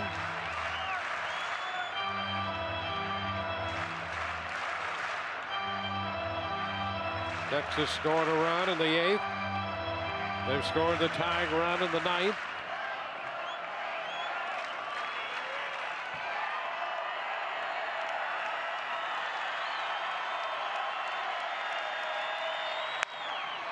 And a foul up the right side.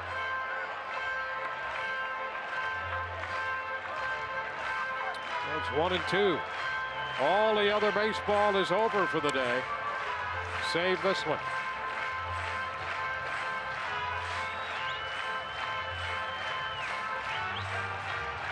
Texas with men at first and second. No outs in a tie game. Bottom of the 9th.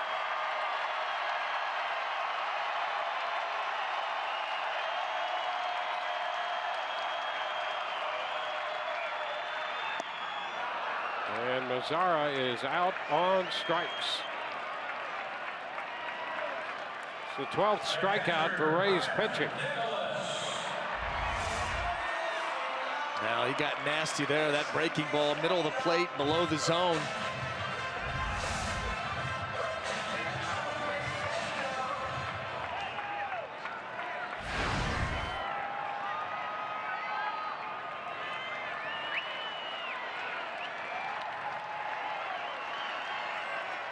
Nicholas had a base hit in the 6th, struck out in the 8th.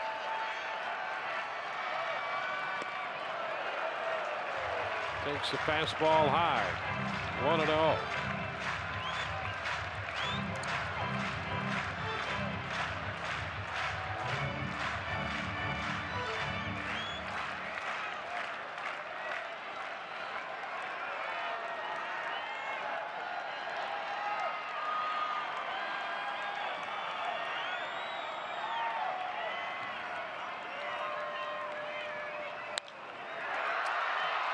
Fly ball left center. Montauk makes the call and the catch. 2 outs now in the bottom of the 9th. And Joey Gallo will be the hitter. Gallo entered the game in the 7th inning, had an at bat in the 8th and walked. And he has been strikeout prone. Well, you need one more to get out of this mess.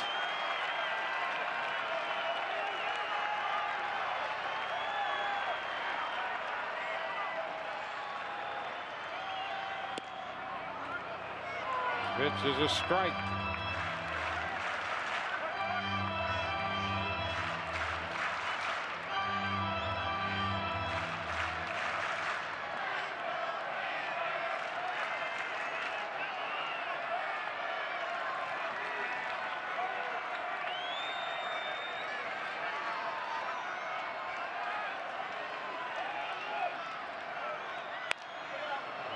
fouls it into the Texas dugout.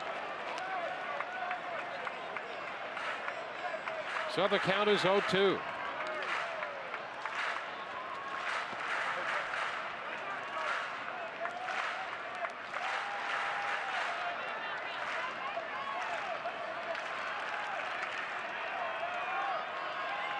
A 2-strike count.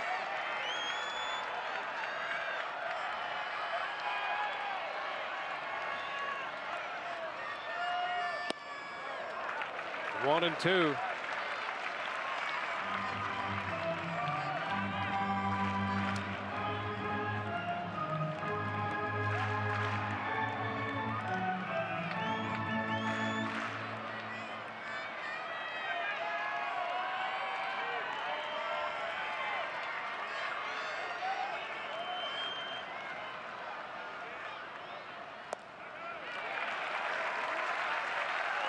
Two balls, 2 strikes.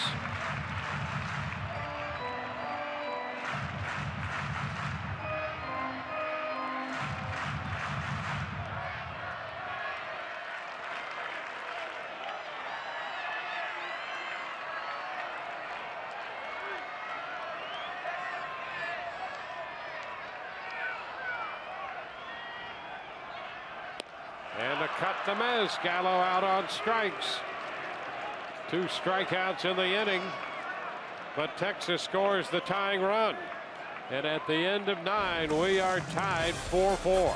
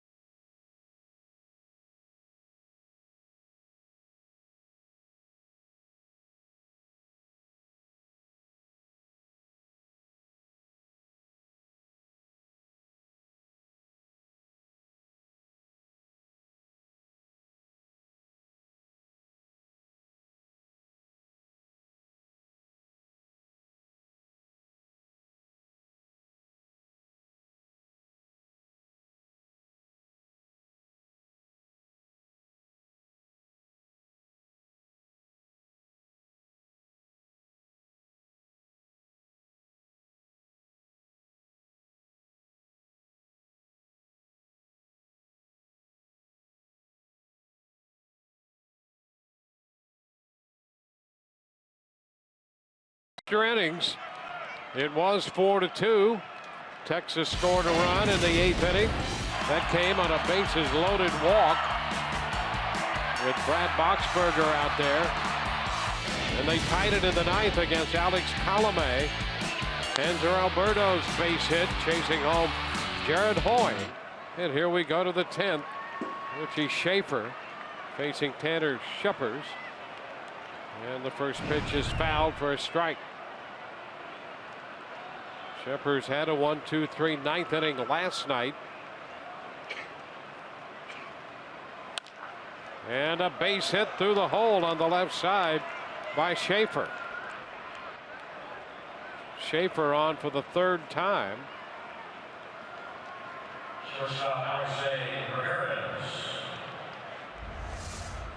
Alexei Ramirez up here.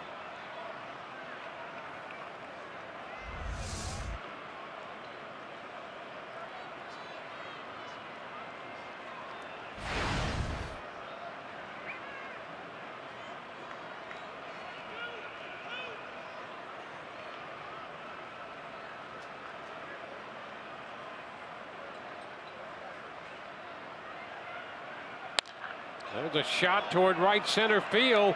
Extra bases coming here. Schaefer hitting 3rd. Montoya is going to stop him there on the double. by Alexi Ramirez, his 4th hit of the day. 3 pitches in, the Rays have men at second and third with nobody out. Well, 2 things, Dwayne. First of all, Alexi Ramirez continues his outstanding day. First pitch, he goes out, gets it, laces it to right center field, but the play by Hoying right there, if that gets by him, Richie Schaefer was being sent by Charlie Montoya. And then as soon as he made that sliding grab, Charlie put up the stop sign and kept him at third base. You see him right there, he was waving, and then all of a sudden, nice play, and Richie Schaefer a little bit, looks like he's feeling something there on that right leg. Kurt Casale takes a pitch down, 1-0. Yeah, he does not look right even taking his lead down there at third base. And now Shepard is going to get a visit.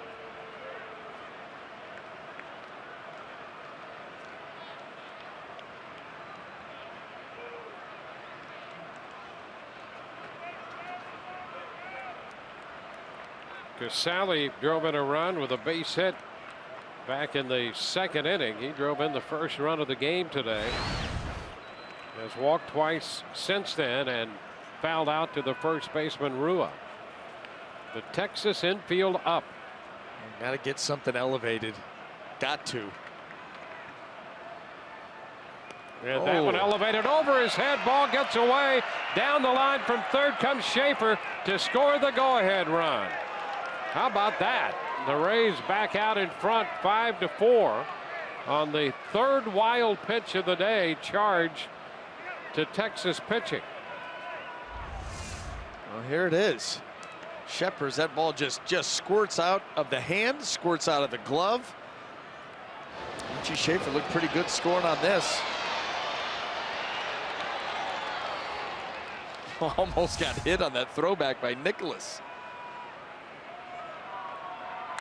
Ground ball. That's a fair ball up the left field line. Ramirez scores. Casale will dig for second. 3 straight hits, and the Rays now have a 2-run lead, 6-4.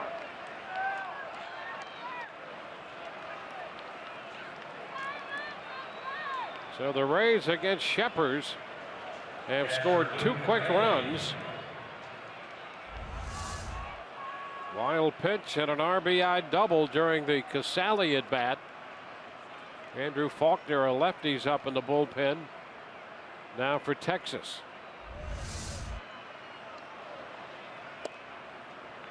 Luke Maile takes a strike. That's Faulkner.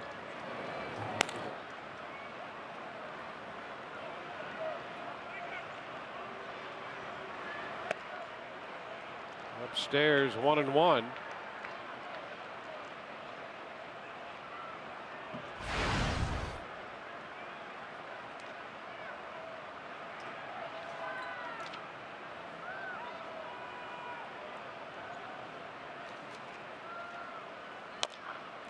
The chopper, third base. That's a foul ball. Gallo did not make contact with it, and the ball kicked foul.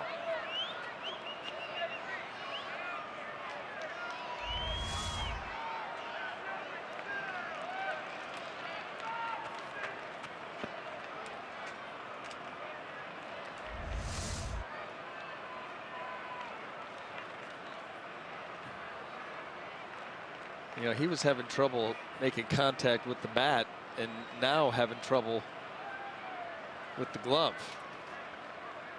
Worked his advantage this time. The ball kicked foul.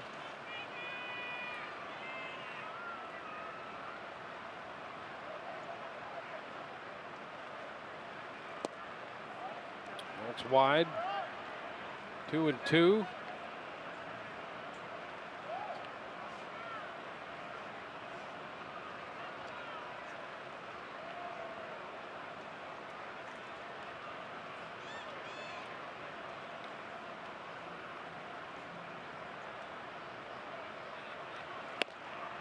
Maile out on strikes on the fastball.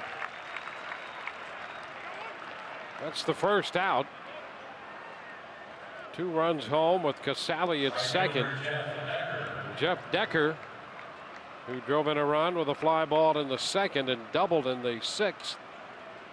Up here against Shepard.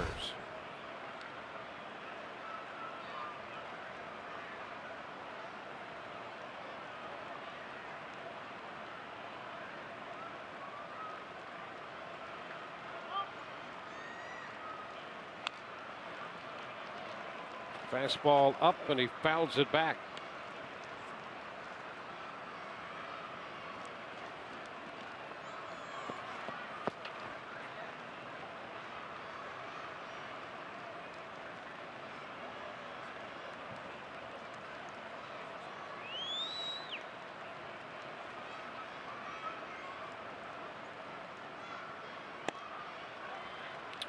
Rays were winners last night, 4-1, and lead in the 10th inning of this one. Erasmo Ramirez up in the bullpen now for the Rays.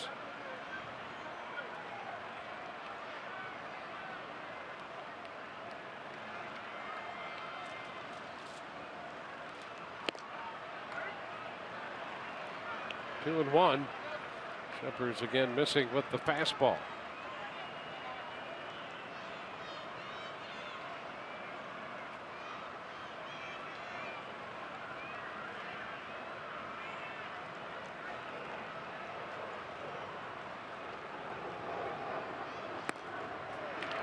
Two and two.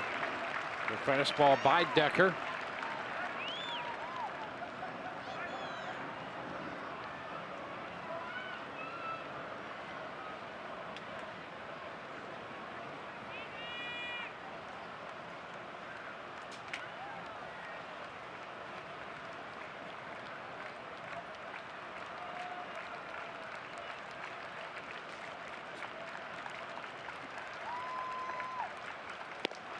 And Decker is out on strikes. So Shepard's striking out the last two hitters with the hard stuff. Fastball got melee.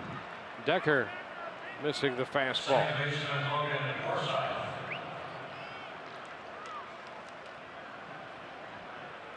Two outs with a man at second. 2 runs home. And Logan Forsythe is up again.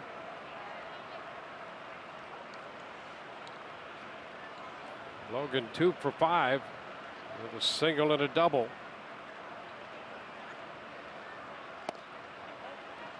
Pitch inside, 1-0. I was reading in the Ranger notes before the game where they said Elvis Andrus was basically guaranteed to hit 300 this season with what his average was coming into the game, that he'd have to go 0 for 8 to have that below 300, and we could almost be there. It feels like a game where you could get 7 or 8 at bats. Yep. Obviously no longer in the game, but it's just been one of those long slogs. And I guess if you're going to be here this long, you might as well win it. Yeah, that's the mindset now. Yeah, and the Rays have put themselves in position. Maybe sneak another one out. Strike to Forsythe.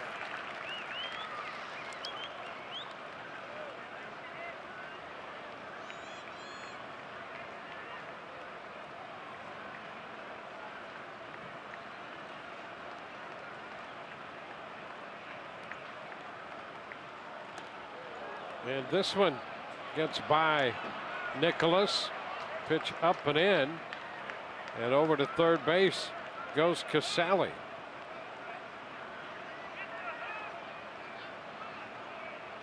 That ball taking off. Shepard, anytime he's gone to anything but the fastball, up and in, and once again, Nicholas badly missing that one. A strike and the count is full.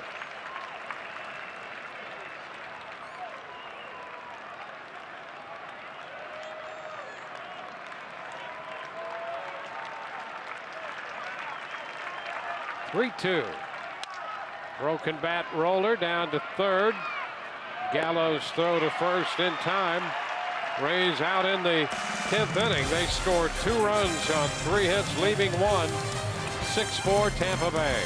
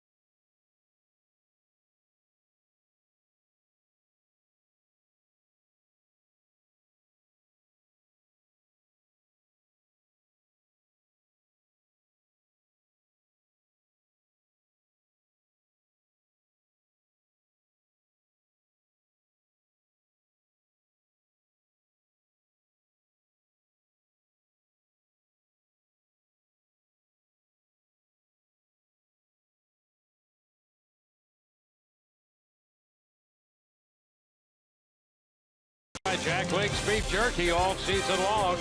Jack Link's Beef Jerky, feed your wild side. Well, the Rays have reestablished a 2-run lead. Texas scored a run in the 8th and a run in the 9th to tie it. A 2-run 10th for the Rays, and now Erasmo Ramirez will make his 64th appearance.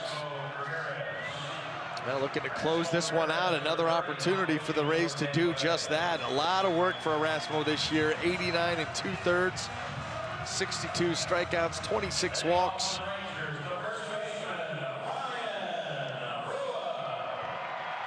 Ryan Rua will lead it off here against Ramirez.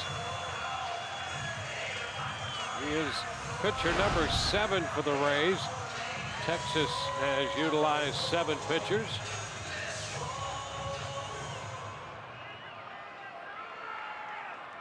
Rua's been on base all 4 times. There's 2 singles, an RBI, 2 steals, and 2 bases on balls. And there's a ground ball hit right to Forsythe on the shortstop side of second. So 1 pitch and 1 out. Rua retired.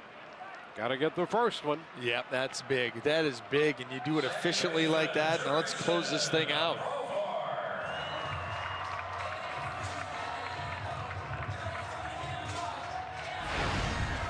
Jurickson Profar.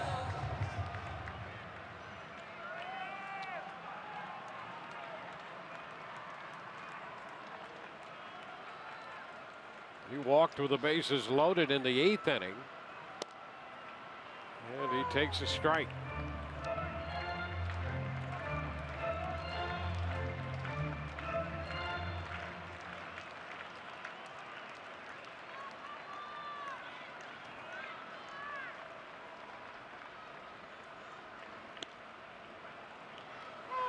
Two. And again, that pitch up there and away to a left-handed hitter. And it's a strike in the book of Ramon de Jesus.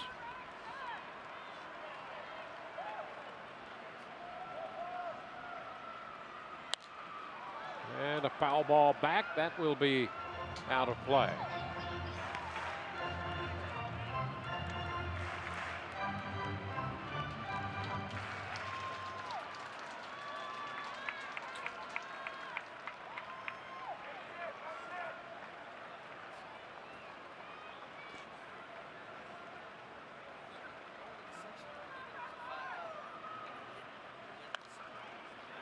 Another foul ball out of play, and a nice catch by a fan in the second deck. The one fan that was paying attention. He had it all the way. The previous foul ball was in the section over from him, and the ball landed in the section, and everybody was surprised. I don't know if they were nodding off. He ended up the winner by default. Going to look for a trade. Pitch down. It's 2-2.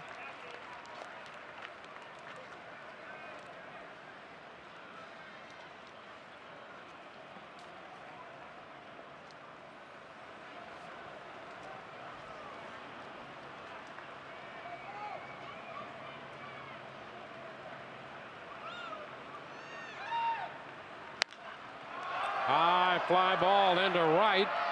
Decker will go back, not yet to the track, and makes the catch. So Profar is out number 2. 2 up and 2 down. Center fielder, And Delino DeShields. He entered in center field in the 4th, is 0 for 3, 3 strikeouts.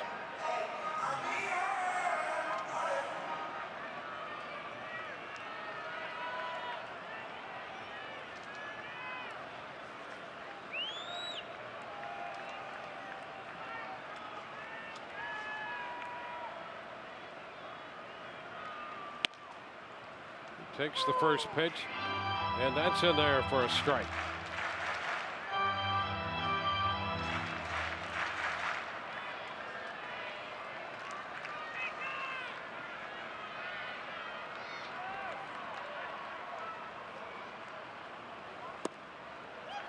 0-2. The Rays a strike away from winning this one in extra innings.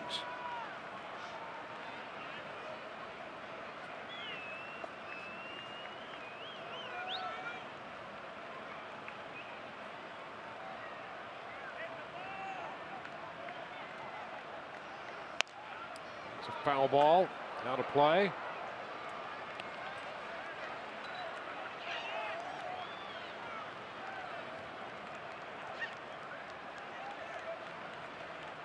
In the 10th.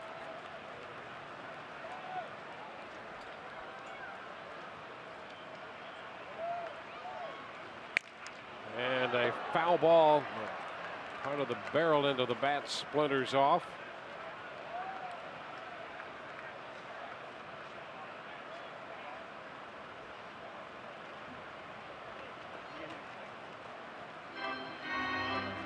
So a new bat for DeShields.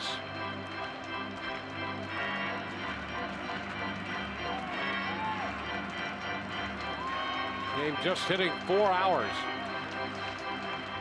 One of those nice getaway day games on the last day of the year. And it doesn't even feel like that because it's been so well played and moving at such a nice clip. Swing and a miss. It's all over. Ramirez strikes out DeShields, and the Rays win this one in 10 innings. 3 up and 3 down. And the final pitch of the season delivered by Erasmo Ramirez, closing this one out. For the Rays, 6 runs, 13 hits, no errors, 10 left. For the Rangers, 4 runs, 11 hits, 2 errors, 12 left. Alex Colomé will get the win. He's 2-4.